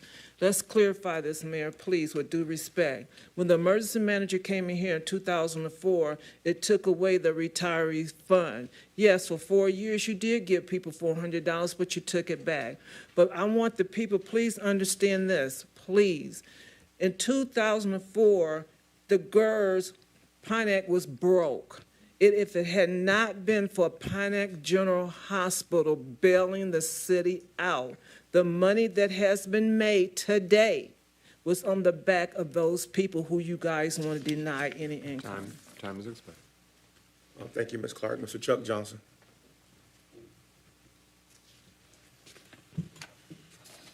Thank you very much, and good evening, ladies and gentlemen, those of you here in the audience, and those of you at home watching by television. I was really upset when I walked in here tonight because of the situation with Eric Brim. Yesterday, he informed me that he was fired, and I was really put out by it. And Mayor Grimo, I'm still put out by it because I don't think that a man with his character and his intelligence, his knowledge of this city, should even came close to being fired or dismissed.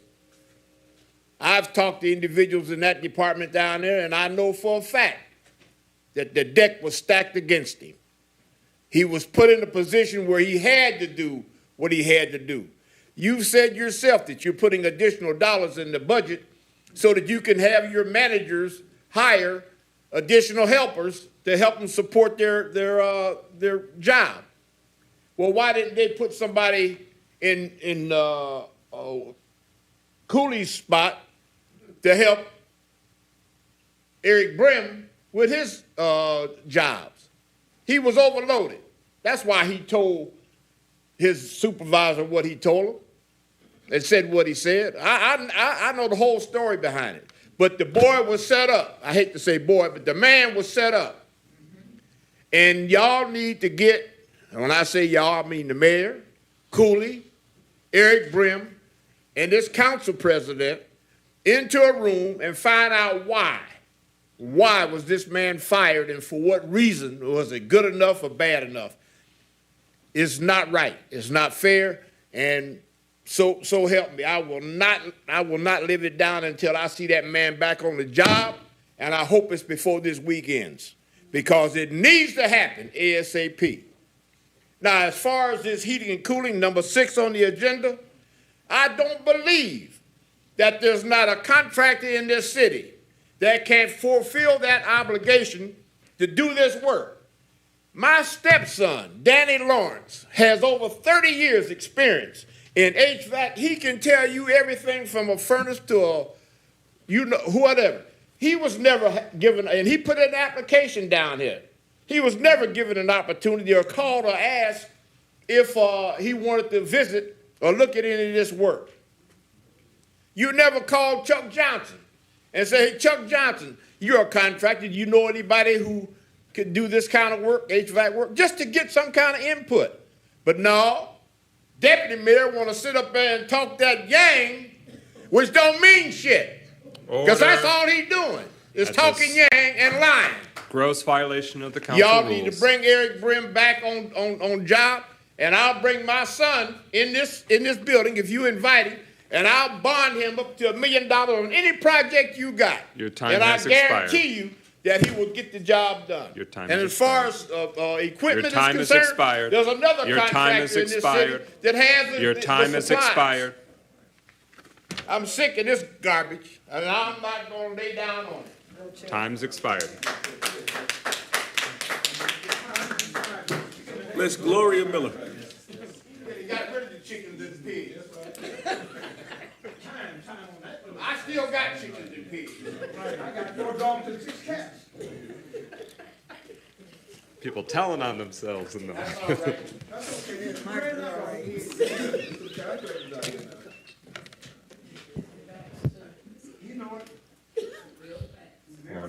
Let me know when I can start. Order in the chambers. Public comment can. Order in the chambers. Public comment can continue. Ready for me? Former Mayor Waterman, I'm going to use your words again tonight. The chicken is coming home to cross. This is the Pontiac I know. Okay? Look, you can fool people some of the time, but you can't fool us all the time. Let me say you something. You know, you speaking about, I've worked with everybody. Anyone know me, I worked in the city of Pontiac for over 15 years. And all these issues that you're discussing, Bass is correct. We done fought so many fights in this city, you wouldn't believe what we done fought. To have people to sit in this audience. Do you know they closed council down? And we got out and protested? And that's why it's back today. Me, Bass, Quincy, and all of us. We go way back. Tony. We fighters. That's what we do. I don't come down here because I want to be home watching TV. But I have to because I can't stand it the way things are going. And Mr. Jones, total respect. Mr. Maxey, you know we worked many times, many projects together, many fights together. But we don't apologize for nothing when we talk about the people. Yes, Mr. Grimer is the mayor. But guess what, Mr. Maxey? How many mayors we done seen come and go? When they don't do the right thing, what happens to them? They get to rolling. This is about the people. Now, I'm not for just one set of people. I got constituents, white, moms, everybody. If they know me, they all know me. I love everybody. When I say city of Pontiac, I'm not just talking about black people. I'm talking about hiring qualified people, people that know their job. I wouldn't have my brother if he didn't know what he's doing. Okay? Mr. Jones, you done been up here many times. You got an agency. Mr. Jones, I'm going to tell you what I tell my dad. Don't ask him anymore. We hear you. He's telling you he's not going to do it. He's not going to do it. But I got your back. Don't you forget him now. And don't you apologize to him for anything that he don't do for you. Mr. Maxey, don't apologize. We don't apologize. We just go at you. We work for the people. I got people here, my mother's people. They are old and seniors. They don't need this kind of crap anymore. We fought too hard for this. Every mayor run. I'm going to do this. I'm going to do that. And they get in there and don't do nothing. They forget about us. Don't beg them anything. You go out there, get the people together, and they come down here and demand them to work for us. I'm sorry for that young man, because it's hard for a person to get a job already. And with him being an African-American man, his company, it's been destroyed, really, because I believed it. I did. I didn't know. I mean, yes, some of the things they said last week, some of the things, you got to understand, this is seen all over the world. This is on YouTube and everywhere. And this is what I'm going to say for anyone in this city. Don't apologize when they don't do what you want. I'm a fighter. You don't do what I want, I got people, we make them do what we want. I put you there, I take you out. They're not listening to us. None of them are. And I ain't begging. I've never been a person to beg. Your time is expired. Thank you, Ms. Miller. Ms. Iola Miller? Ola, you know? Okay. Bishop Teresa Lee.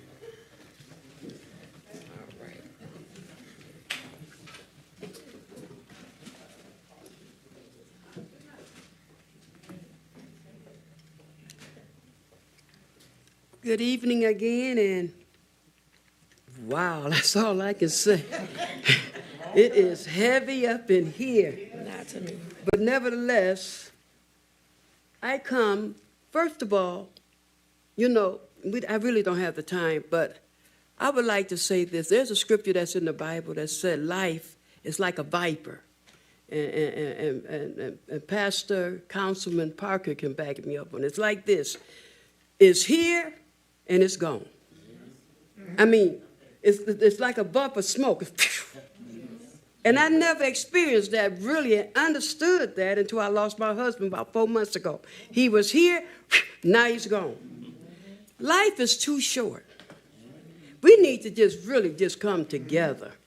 And as I come and I speak all the time, it's the spirit of unity. If we don't come together, we can forget about everything we're trying to do. We can just forget about it. The first priority of everything is union, coming together, being as one. If we're not together, it's like a house that is it's not rounded on good, solid foundation, and it's destroyed. So when the wind comes, it blows away. The storm comes, it blows away. Listen, let us not just blow away. Let's come together. Let's reason together. Now, I have to say this. 16 years of celebrating Church in the Park.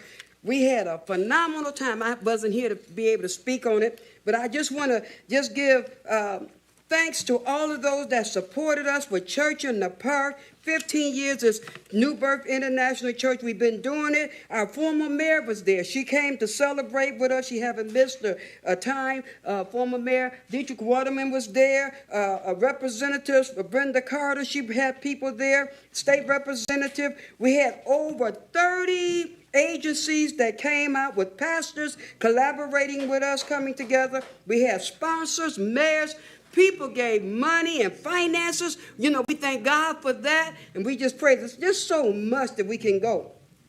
We're celebrating 18 years of being a pastor, being in the ministry. And I want to thank our city council, William Parker, that was there last Sunday. You know what? The brother preached. We still shouting and having a good time. We just want to let you know we really appreciate you and all of those that are supporting us. This past week, our mayor was there. Mayor Tim Grimer was there, and he stayed from the beginning to the end.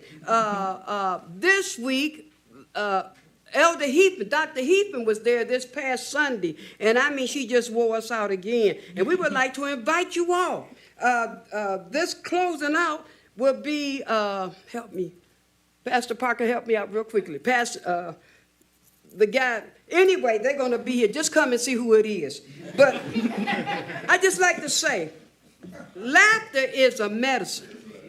Laughter is a medicine. We come up here, we are angry, we are upset, and what it really affects, it affects us. 3 minutes of anger destroys your system for healing itself. If you're angry for 3 minutes, your system is break down for 8 hours. So every 3 minutes that you are angry, every 3 minutes that you are upset, you hurt yourself. So we want to just literally just come together, and it's good to disagree. It does conclude your time. It's good, but let's reason together. The Bible says this. That does conclude your time. Let's reason together. So my note is this: let's reason together. All right. Thank you so very much. Hey, look, I love every person up in here. Every person up in here. Oh, you got to love it. You gonna make it. Order in the chambers. We are now at discussions. I believe that concludes public comment. Yes, that concludes All right, public so comment. we are at discussions, senior center renovations progress. Who would like to speak on Me. it? All right, Councilwoman- so I'm going to use dates.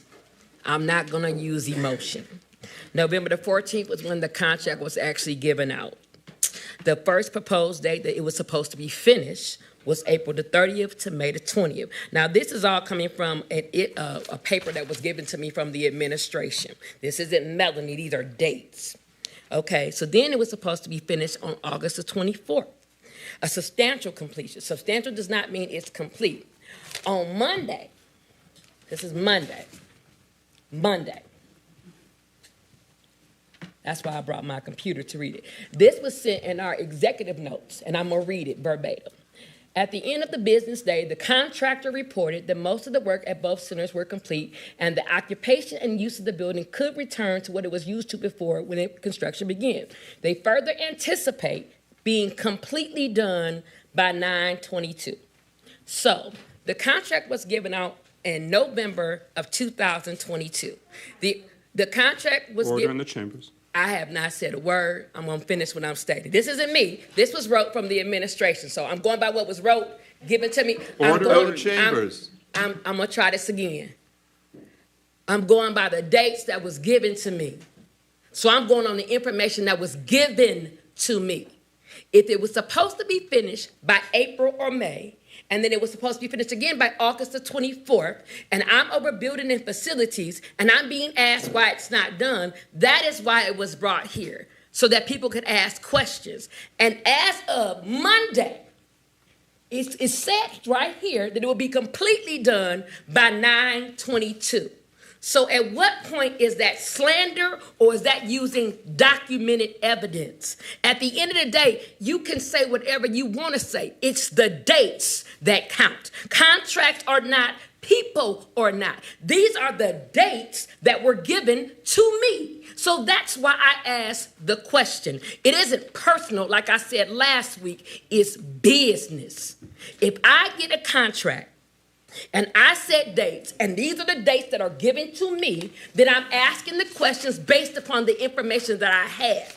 And so instead of people saying it's slanderous, is it wrong to ask about taxpayer dollars, about projects? And when is it wrong to ask about taxpayer dollars?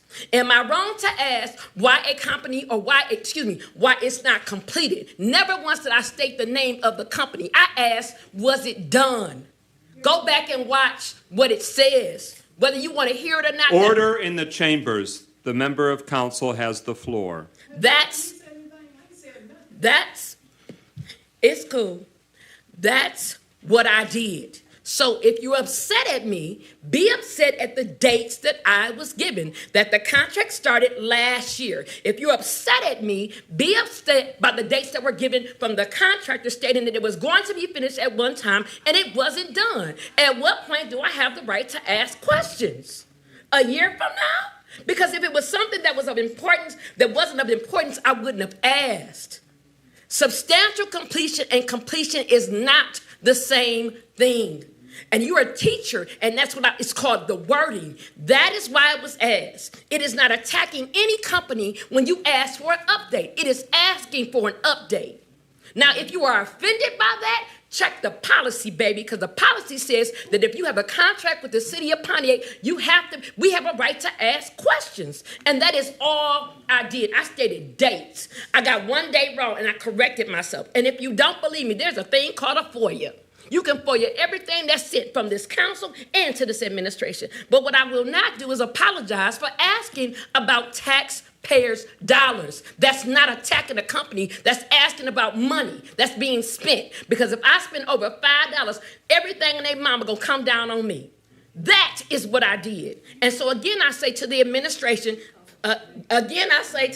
it's cool. Again, I say to the administration, when you stated in this executive update, Deputy Mayor, you stated that that the company told you it would be completed by 9/22. Is that not a fact?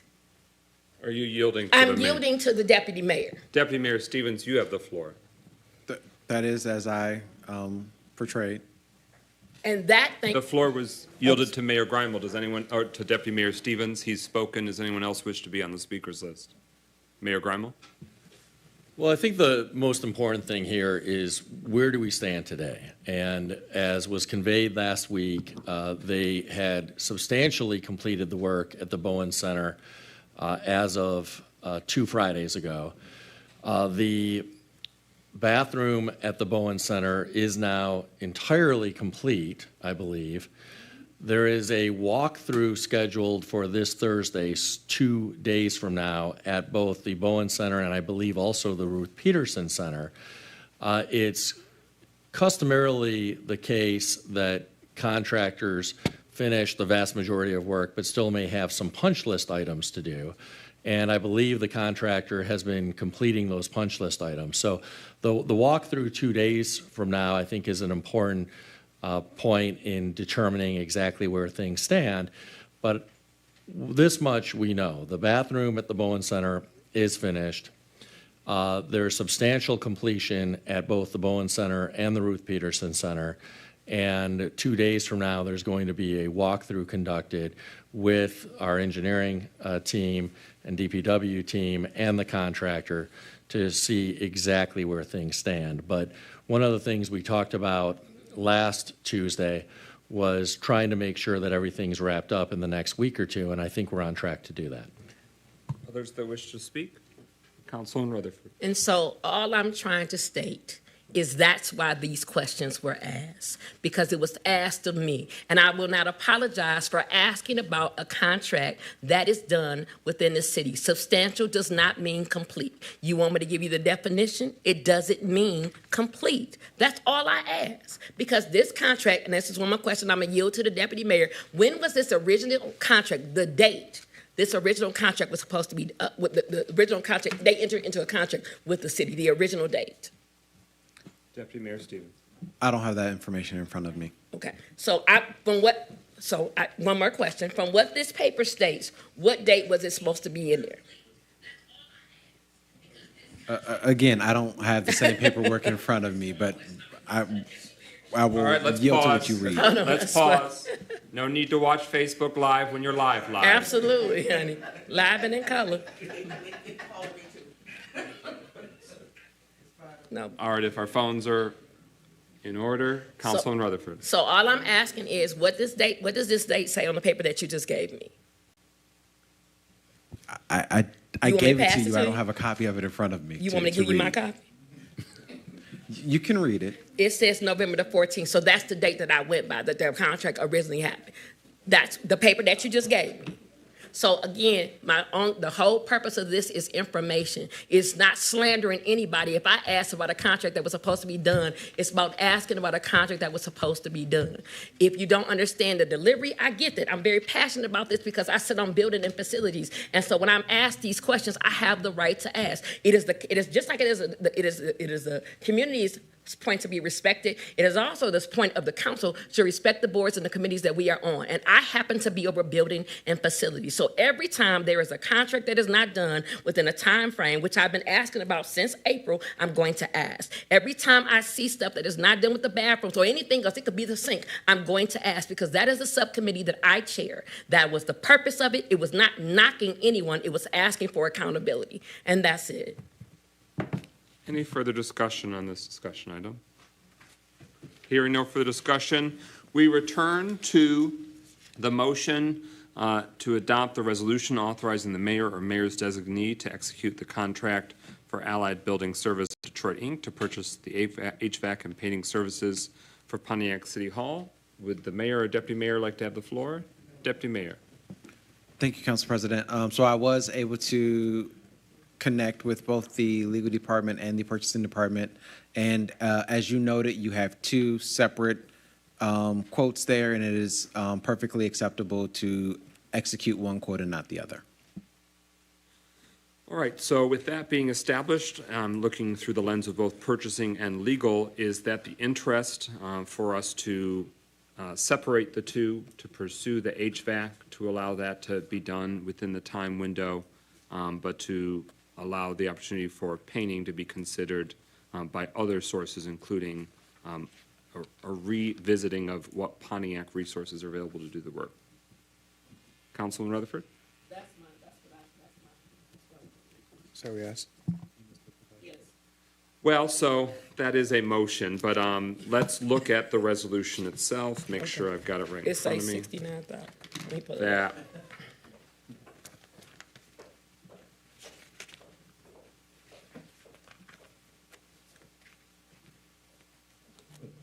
Yes, sir. Brother President, I do have a question as we're talking about splitting those. As we split the, well, never mind. I rescind my question. Okay, so to accomplish that, we've got whereas, and now therefore be it resolved. That we would want to amend the second whereas to read, the purchasing manager is requesting approval for the finance director to sign the Allied Building Service quote for HVAC services totaling $30,713. And then it would read, therefore be it resolved, the Pontiac City Council approves the mayor or mayor designee to allow the finance director to sign the quotes for Allied Building Services of Detroit, Inc., to purchase the HVAC services for City Hall. Is there such a motion? So moved. Is there a second? Support. It's been moved by Councilman Goodman, seconded by Councilman Parker, to amend the resolution to reflect only the HVAC work and the authorizing of the execution for only the HVAC work for $30,713. So that's the move and the support. Everyone clear? It's just the amendment, and then it goes back to the main motion on whether we ultimately want to execute or not. Everyone clear? Repeat what you just said to me again. I'm kind of.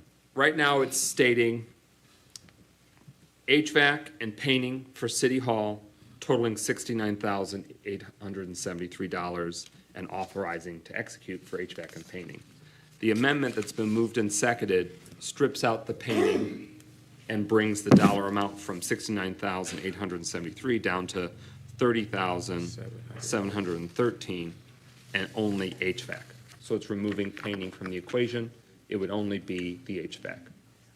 I guess I have a question as the mayor, and he told me we could break this apart. But if we stay, if you went with the Allied Services, were there a cost savings?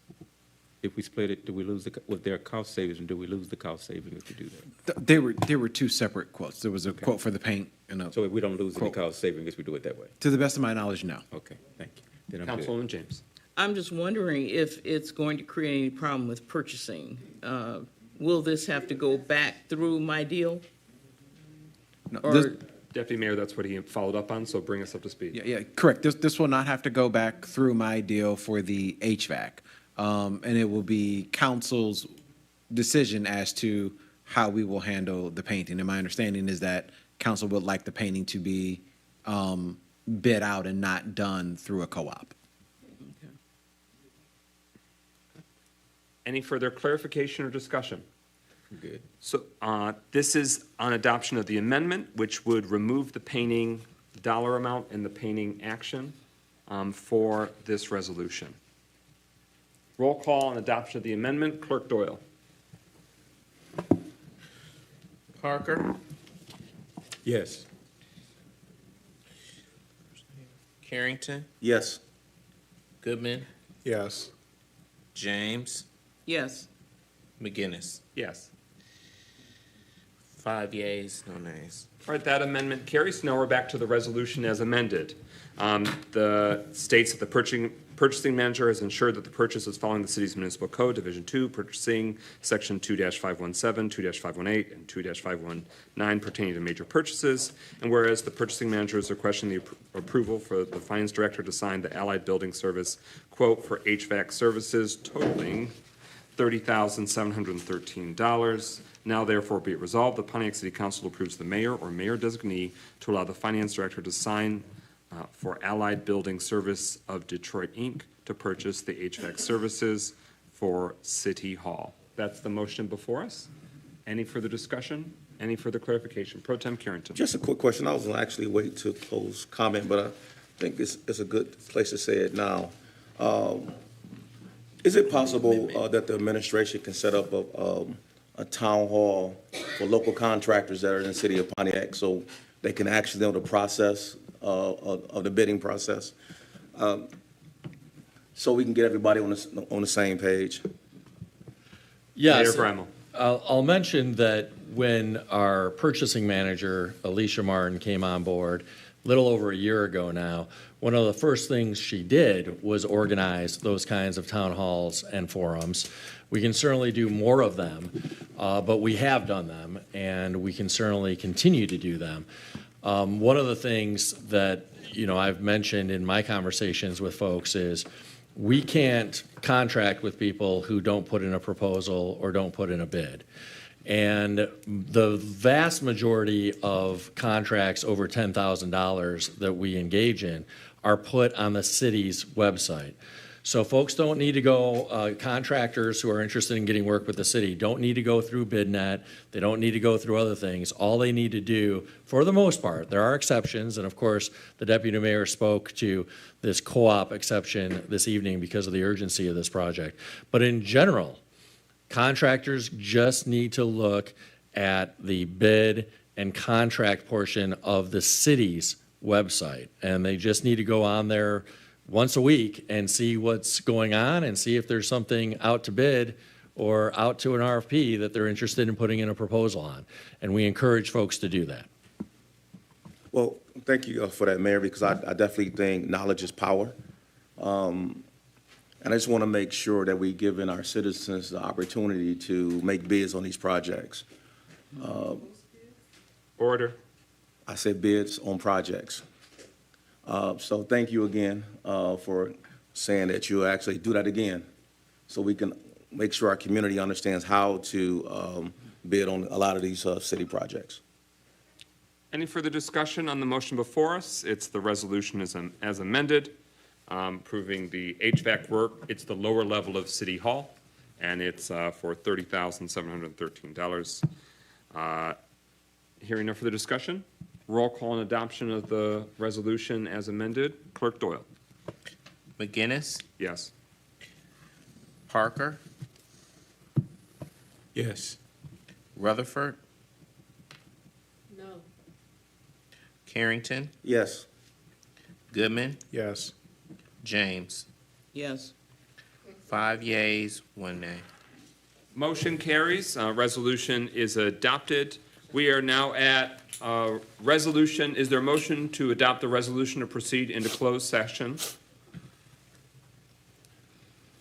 So moved. Support. It's been moved by Councilman Goodman, seconded by Pro Tem Carrington. The resolution to proceed in closed session pursuant to MCL 15.268, subsection D, to consider the purchase or lease of real property up to the time an option to purchase or lease such real property is obtained, and MCL 15.268, subsection H, to discuss a written legal opinion prepared by the City Attorney Clark Hill, LLC, regarding adult use marijuana ordinance. So that's the resolution. Those are the sections of the Michigan case law that authorize it. Is there any discussion on the motion before us? Hearing no further discussion, roll call and adoption of the motion to go into closed session. Clerk Doyle. Carrington, Yes. Goodman, Yes. James, Yes. McGinnis, Yes. Parker. Yes. 5 yeas, no nays. That motion carries. We stand in closed session at 9:03 p.m. We will come back and vote to come out of closed session.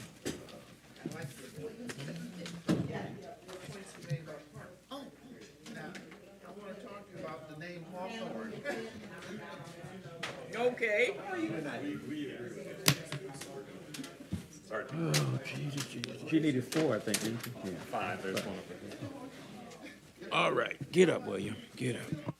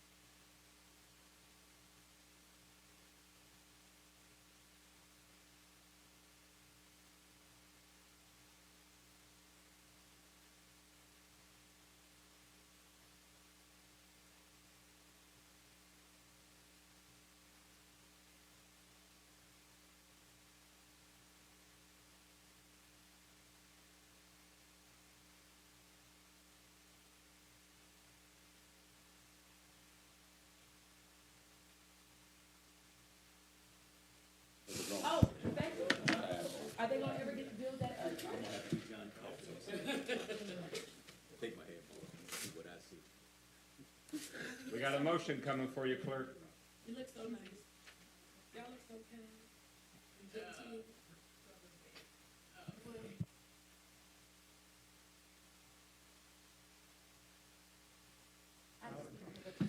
Is there a motion to come out of closed session? So moved. It's been moved by Councilwoman Rutherford, seconded by Councilman Parker, to come out of closed session. Hearing no debate, roll call on the motion to come out of closed session. Moved by Rutherford, seconded by Parker. Clerk Doyle. Carrington, Yes. James, Yes. McGinnis, Yes.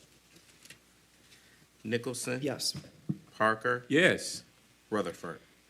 Yeah.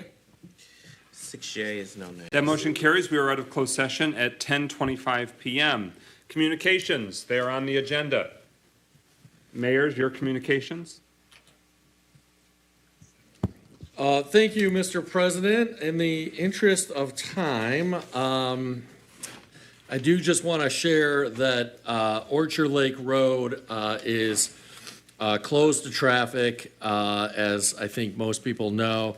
It should be back open by early November, so I want to emphasize that.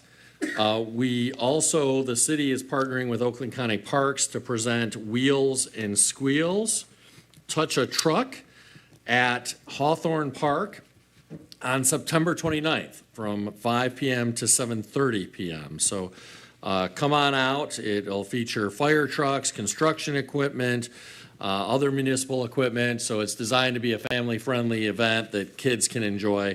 So we encourage folks to come out. And then lastly, the City of Pontiac's second annual Fall Harvest Fest is going to be right here at City Hall on Saturday, October 7th from 1 p.m. to 5 p.m. Thank you. Mayor Grimo, your closing comments? Just one comment, and that is that we are very much aware of the derelict property at the corner of Luther and Franklin. I had a conversation, in fact, with our code enforcement manager yesterday about that property, and we are actively pursuing court orders to remedy that situation and to ultimately, we believe, ultimately that property is going to need to be demolished. Deputy Mayor Stevens, any closing comments? In the interest of time, none today. Clerk Doyle, closing comments? Thank you, Mr. President. I do have a few. It was mentioned earlier, today is National Voter Registration Day. And on that point, a number of Pontiac citizens have been receiving in the mail from the Voter Participation Center telling them that they're not registered to vote. So I want to, and they've been coming into the clerk's office, to assure people they are registered to vote and to please disregard these voter registration notices. They're somewhat a little bogus because although it's coming from the Voter Participation Center, it has the Pontiac City Clerk thing inside of their mailing. So it's making people alarmed that they're not registered to vote because it's telling them that no one's registered to vote at this address, which is untrue. So please disregard those. But if you want to, you can contact our office. But if you have been previously registered, you are still registered to vote. And also, I want to remind the citizens that since the city's newsletter has come out, which does say that we're having an election on November 7th, no, the special election scheduled for November 7th, 2023 on adult use marijuana proposals 1 and 2 has been canceled. So there will be no special election or no election period on November 7th in the city of Pontiac. Thank you, Mr. President. Thank you. Councilman Parker, any closing comments? Just a few. First, I want to thank Bishop Lee for coming and doing our invocation this evening. I want to wish Pastor Emeritus Kathy Desero, I hope she's feeling well. She's under the weather. She's sick. I want to remind everybody about the Law and Courts Subcommittee meeting, who will be meeting 9/25 at 4 p.m. I want to remind everybody that there will be a GERS meeting September 27, beginning at 8:30 a.m. for those who wants to come in here. Just want to ask that we would just keep I'll save the rest for later. I want to remind everybody still that there's a district meeting. District 5 meeting will take place on October 12th at 6 p.m. in the Lions Den downstairs. And with that, I'll save for next week. Everybody have a good evening. Thank you, sir, and thank you so much for your service to the people of Pontiac. Councilwoman James. Yes. Microphone. Thank you. The Parks, Recreation, and Public Works Subcommittee will meet this Monday, September 25th at 12 noon in the Legislative Conference Room. And the District 4 Community Council meeting will take place this Thursday, next Thursday, September 28th at 6 p.m. at the New Mount Moriah International Church across from the Dollar Tree store. That's all I also want to answer one of the comments that came from public comment. I will be able to give you those addresses. I can send you an email with those addresses, and if you have any further questions, just let me know. Thank you. Excellent. Thank you very much for your service to the people of Pontiac. Councilwoman Rutherford. All right. Substantial. Substantial means a considerable size or work. Complete. Complete means having all the necessary appropriate parts, meaning finish or done. Two words that have completely different meanings. It is important to state facts, to have accountability, and to state that we have to hold ourselves and any organization accountable through contracts and through agreements. The administration must ensure the taxpayer money is spent, that the contracts are signed, and that the job is done. We have to do things differently. We have to stop letting people play on our emotions and play us against each other and use facts. At the end of the day, substantial does not mean complete. I say that because I was not aware until after we got done talking how sometimes we get caught up in trying to cater to few, and then we do a disservice to many. I just can't do that, and I'm not. And so I'm asking the administration to learn from this experience. I'm asking this legislation to learn from this experience so that we know when people come up against us with emotion and not facts, that we stand together. At the end of the day, there are things that have to be done to ensure that the city of Pontiac is ran differently. And yes, I know sometimes my comments can be brash and my approach and my tone can be harsh, but I'm determined to hold everybody foot to the fire the same way I'm held. We all have to be held accountable for what we do and what we don't do. And checks and balances must be in order so that things are completed. It is never personal, even if it feels that way. It's business. But I take it personal when I have to keep defending what I know is true. The city of Pontiac deserves the best treatment. The citizens of Pontiac deserve honesty and transparency. And lastly, we have to stop catering to people out of fear as if what they do is going to make us or break us. We are the legislative branch, and we do a good job when we hold everybody foot to the fire. It isn't a competition, it's about completion. On November the 18th will be the coat drive in District 1. I so far now have 200 coats that's been donated. I'm looking for 150 more. Number 2, the District 1 meeting will be September the 30th at the Alley Cat from 3 to 5.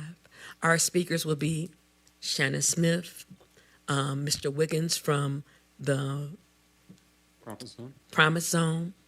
And also I'm looking for a confirmation from either the administration or I'm probably going to ask council leadership to come to give a better viewpoint of what's happening all around the city of Pontiac.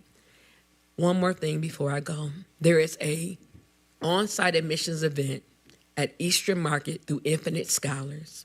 Infinite Scholars is a program that puts 250 colleges together to ensure that people of color, black, white, or whoever who wants to seek and have a better college education, they can get admitted on site and get up to almost $1 million in scholarships. It is sponsored by the former council president, Ms. Brenda Jones from Detroit. It is imperative that we expose our children to higher education.